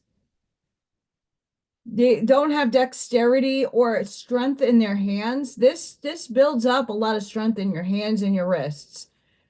I can't explain how bad the kids' handwriting is even into middle school and high school. I hope by high school, because they like to do those secret little love letters. I love you. I want to date you. I have a crush on you. It's all coming through text. And I'm not saying don't have a phone or don't give the kid the iPad. It's just limit the time and get them exposed to materials. Oh, the best thing happened today. I have a student. He's freaking adorable. He really is. He's cute. He goes, Teacher, Miss Allison, yes, I'm bored. Bored? Like you should be eating your breakfast. Why are you bored? I don't know. I'm just bored. I'm like, okay, we're going to learn how to be bored. Go sit down. What? What do you mean learn how to be bored? I'm like, go sit down. You're not playing right now. Mind you, we don't have anything out in the room to play with besides puzzles and things here and there up on high shelves because we have kids that eat everything or will hit with. Mind you, my room is not a typical pre-K room. Well, what do you mean? I have to be bored. I have to learn. You have to learn how to be bored.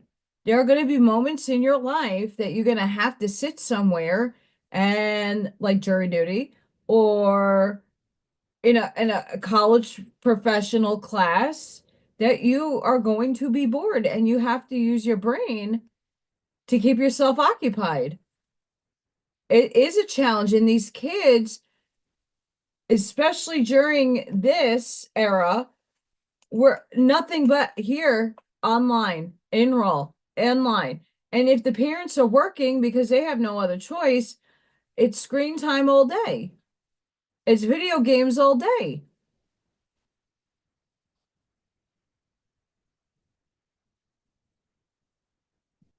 And it's not the kid's fault, and I don't necessarily blame all parents, right? We all have different circumstances. If I was a single parent right now, my kid would probably be on the television right now or what or on screen. I stopped watching. I don't. My televisions aren't even plugged in. I don't need them. I don't necessarily need. I need my computers. That's it. I have a laptop and a desktop. Otherwise, I don't watch television. And if I do, it's to watch a movie that I want to reference back to for something. Um, if I go to someone else's house and they put Netflix on, what am I gonna not watch and be rude? But I think it's very important that we be the models and inspiration for these kids. That's if we're all focused on children, this is where we need to get them. Learn how to be bored and use your imagination to keep your mind busy. That's hard to do when parents are stuck on the phones and stuck in this, because that's the kid is watching the parent and modeling that behavior. Kids don't even know how to pick up after themselves because everybody's there quick to do it for them. More and more kids are becoming less capable of simplistic basics. And here's the problem going back, and I'll finish on this note. We have to take the reins and control to be better models and better citizens, human beings for the children that are here that are elevating with us. They're moving with us. They are ascending with us. They're here to help ascend us. But we owe them the same gratitude back in teaching them the ways of humanness. We're so supplanted in that where this is what our wheelhouse is. We need to do better. We're always worried about the ones under the tunnel but we're not worried about the kids whose parents don't have enough money and have to work 7 jobs in order for the kid to get basic necessities. I'm very happy I don't have kids at this juncture in life because there's no way I would have been able to provide for them unless the government teat was out and I had to suck off of it. And I'm not saying there's anything wrong with that because that you got to do what you have to do. But we shouldn't be at this point. It's 2025. We should not be in this place.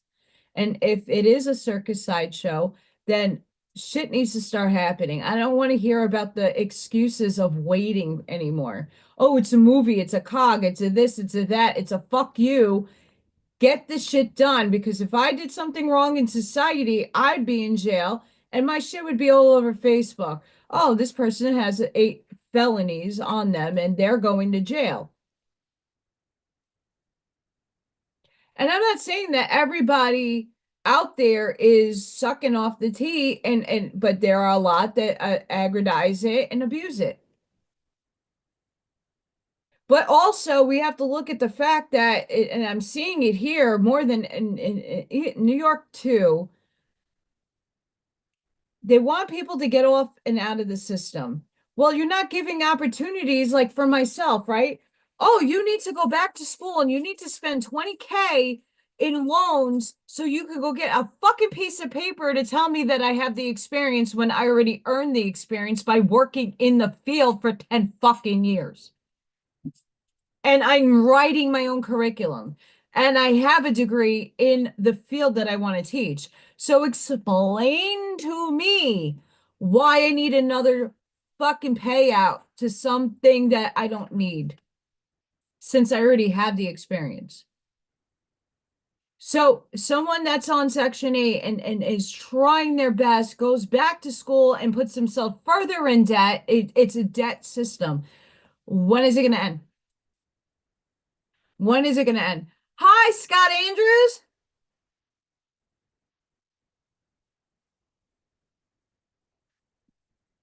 Make it make sense. And all the while, the kids are the ones who suffer. Oh, we need to eat healthy. How the hell is a kid going to eat healthy when mom and dad can't afford the food in the store and have to be at the mercy of whatever is at a food bank, which is not the healthiest things either. They tell you it's healthy, but it isn't.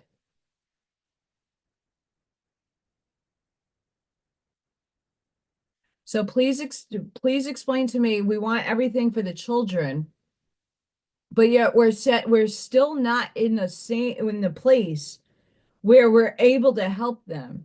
Oh, the system has to crash out. I totally get that. And it's been taking time. But if there was an auto pen running the White House, Who is behind the scenes? Okay, so if all of this was already done, I am done waiting for people to wake up because people are waking up and it's according to their soul contract when to wake up. Not according to some statistic that Chat GPT puts out. Or what a couple of other people that have these bots that run all the algorithms. I'm not waiting on that. I shouldn't have to. We're quantum. We're infinite. Step into your empowerment. Step into your empowerment because I'm like through. Through. No one should have to work 8 jobs to support a family. The kids should be creating and doing and having fun, not telling me, Miss Allison, I'm bored. Well, sorry. Learn how to be bored. If you listen to music, you could play music in your mind. Oh, you want to go get a book out of our library? Go grab a book. You know where they are. Go get one. Read. Look at the pictures. I don't care. Kids are, I hated. Very strong word out of my vocabulary. I hated books. And look what's behind me, a million of them.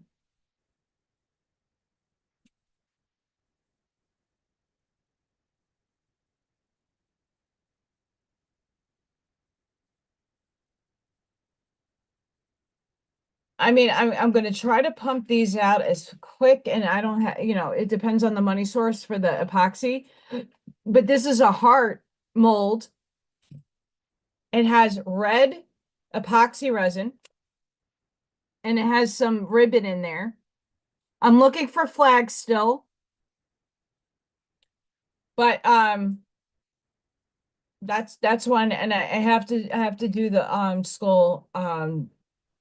It said it was going to rain today, and I don't like to pour epoxy in the rain because of the humidity. I get more air bubbles and it gets very sticky.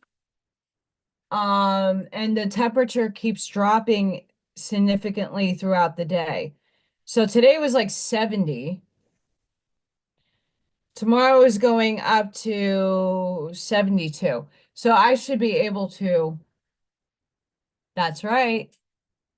And those are just people I asked, I put a call out. Hey, anybody that shoots, if you have shells that you are not going to use and you're not going to repurpose, please send them to me. I want to make some artwork out of them.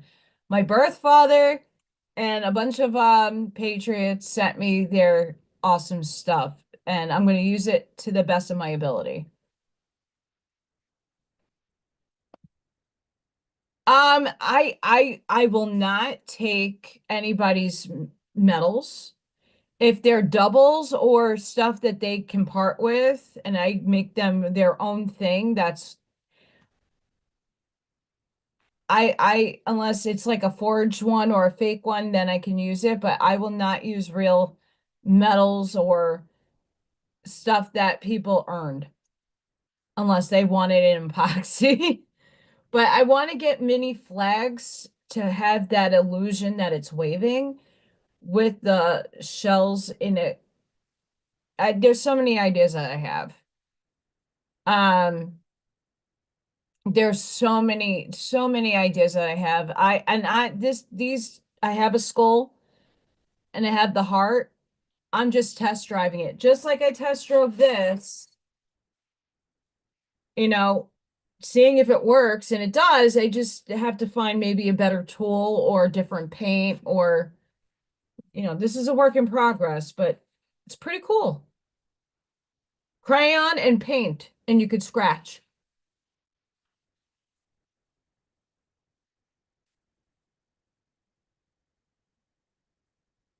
Cardboard, yarn, and tinfoil with paint. And we have a window hang.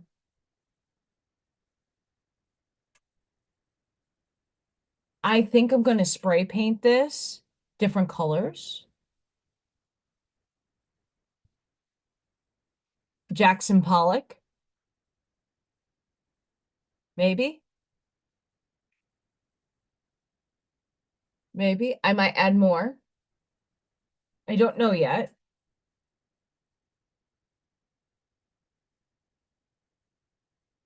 Like, look at the creativity, the thinking, doing different. If it doesn't work out, it's okay. It's just random shit that you had in your house. No harm, no foul. Right, they're prototypes. It's just about the act of doing. It's the act of getting creative. Like I said, I have never ever painted like this ever, ever. And I don't know if I could part with Ducky. I think Ducky's going to go up on my wall. This is monumentous for me.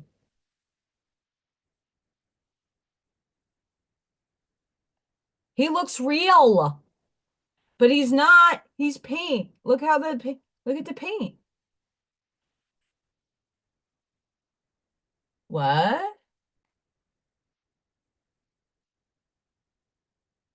Bunny. Doesn't really look like a real bunny, but he's cute.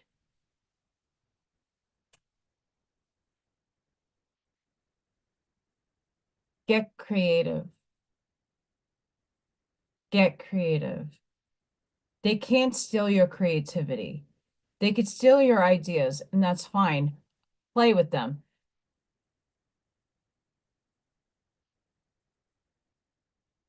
We need to model this behavior for the kids. They're bored. Well, what do you have at your disposal to make something instead of sitting on an iPad? What is it that, okay, so the kids can't color properly. Well, when you force them to do something enough, it will start sticking. Doing projects with them. That's why pre-K is all about play and having fun, because that's how they learn. But then it goes away in kindergarten because now we have to learn curriculum and sit and be slaves. It gotta go. And it has to happen soon. We keep saying it's going to happen, it's going to happen, it's going to happen, it's going to happen, but there's no follow through and there's nobody actually implementing the change. 47 can implement as much as he wants. I don't see the follow through from everybody else. And sure, there are people trying with great effort, but more of us have to start stepping up and being the role models for that change. And for me, I'm praying I get this job. I'm praying that people just give me some empathy for once, and maybe even sympathy. I don't like to elicit it, but too many of us are suffering, and it has to stop. I show up every day and I work my butt off. I get abused, like I said to my principal today. This kid's like a mosh pit kid. He's coming in swinging and kicking and like those punk. He's coming in like swinging every day.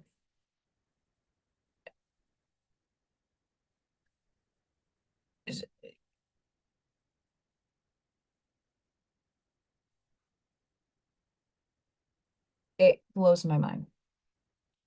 It really blows my mind. Oh, I see JQ ended.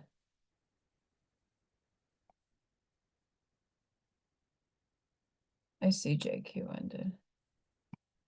Sorry, guys. I'm just checking shit out. I'm gonna probably get off because I gotta go do some stuff before I go to sleep and do it all over again in the morning. Um,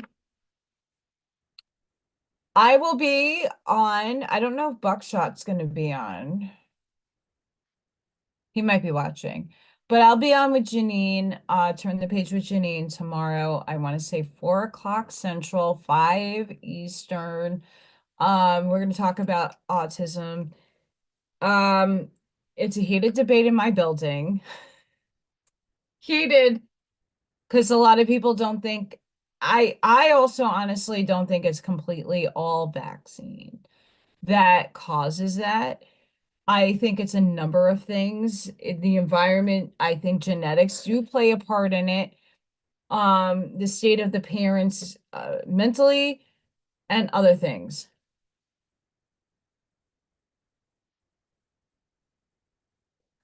Um, so there is a big argument and debate in the world about that, and I work with those kids, so I know a lot. I don't have a kid that, obviously my own that I've raised, but I've been around it enough and in it to win it. So if you guys are interested, I'll be on with Janine tomorrow talking about that.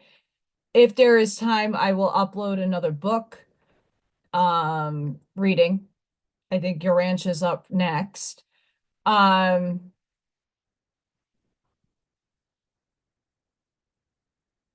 oh, that's amazing. Eh, these kids, there's a lot that can be done, and it needs to be I think education needs to it is collapsing, but there is nothing in the place of the now that is helping any of these kids. Um there just isn't. And the funding is not going to where it needs to go. And I completely agree that a lot of things need to fall. But there's an in between where these kids are being affected and it's going to negatively affect them, not positively. So we got to cushion it somewhere and it needs to come soon. Um, I love you all and thank you for showing up. As I show up every day for myself, I hope you're showing up every day. If you want to hear me rant about the shadow, the perseverance, and showing up for yourself, my spiritual soul advice of yesterday is definitely something that may or may not help you. Um, but I know when I talk about what I'm going through, I'm not here to complain. I'm here to help others step into the idea of getting it out of them and empowering yourself. Your source, you are a creator. It's just about enough of us creating the reality that we all are going to merge into and bring heaven to earth. We're not going anywhere. We're bringing it here. I listened to 5 other videos that were really settling in on that, and it hits here for me. Dark City, the movie, watch it. The ending gives you the answer to the question. You're creating the new reality. You're creating Shell Beach, but you're doing it for everybody. So we need to be doing that, mind you. So I want to thank each and every one of you for showing up, for just holding space and being a light in the darkness for everybody. Thank you for all the healing prayers and the healing that you are sending out to humanity, upraising Gaia. She definitely needs it right now. Please be gentle with yourself as the energies are batshit crazy. You're purging. Like I said the other day, you see, I have hair here. I did this and my finger hit near my ear, and I'm doing it now and it's hitting. I feel like I have a tuning fork hitting my ear and the noise from my finger over here. So I have a lot of voltage going through my body. I don't know if anybody else is experiencing that, but I'm feeling and hearing frequency coming from my finger.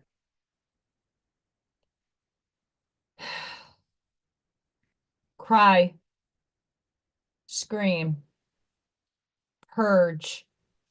Don't suppress it in here. Don't hold it in. Get it out. If it sounds like complaining and people are like, get it out.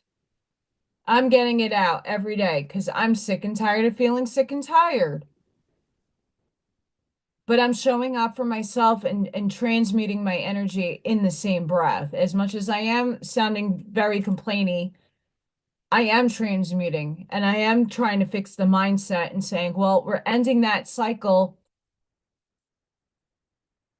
So I have a middle finger right there.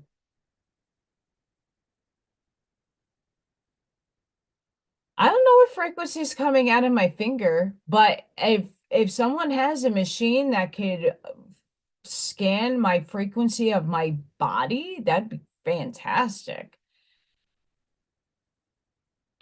Sending each and every one of you love, light, compassion, grace, shielding, and protective energy. Please go within. Be the physical shoulder for others because, as we see, there are more people now. And they're lost little puppies that didn't mean you any harm. They were just under a spell. Give them compassion. Stop judging them. Just say, okay, I'm here for you now. I waited. We love you. And be the lighthouses for your community, for your wherever you are in the world. Be the lighthouse. You are frequenting energy in your electromagnetic field that is affecting other people, whether it's subconscious or consciously. Seed your truths with respect and model better behavior. Define your words and look at the definitions of how you are describing love. It is felt and experienced differently by everybody. So come into limit how that feels for you, confine it, mature it, raise it up. And that goes with everything else. Be the lighthouse. Light the path forward. I will be here Friday Night Live in all hopes that everything is great. I hope to see you guys tomorrow. If you're in the chat, you're free. Don't worry if you're not. I will be on with Janine.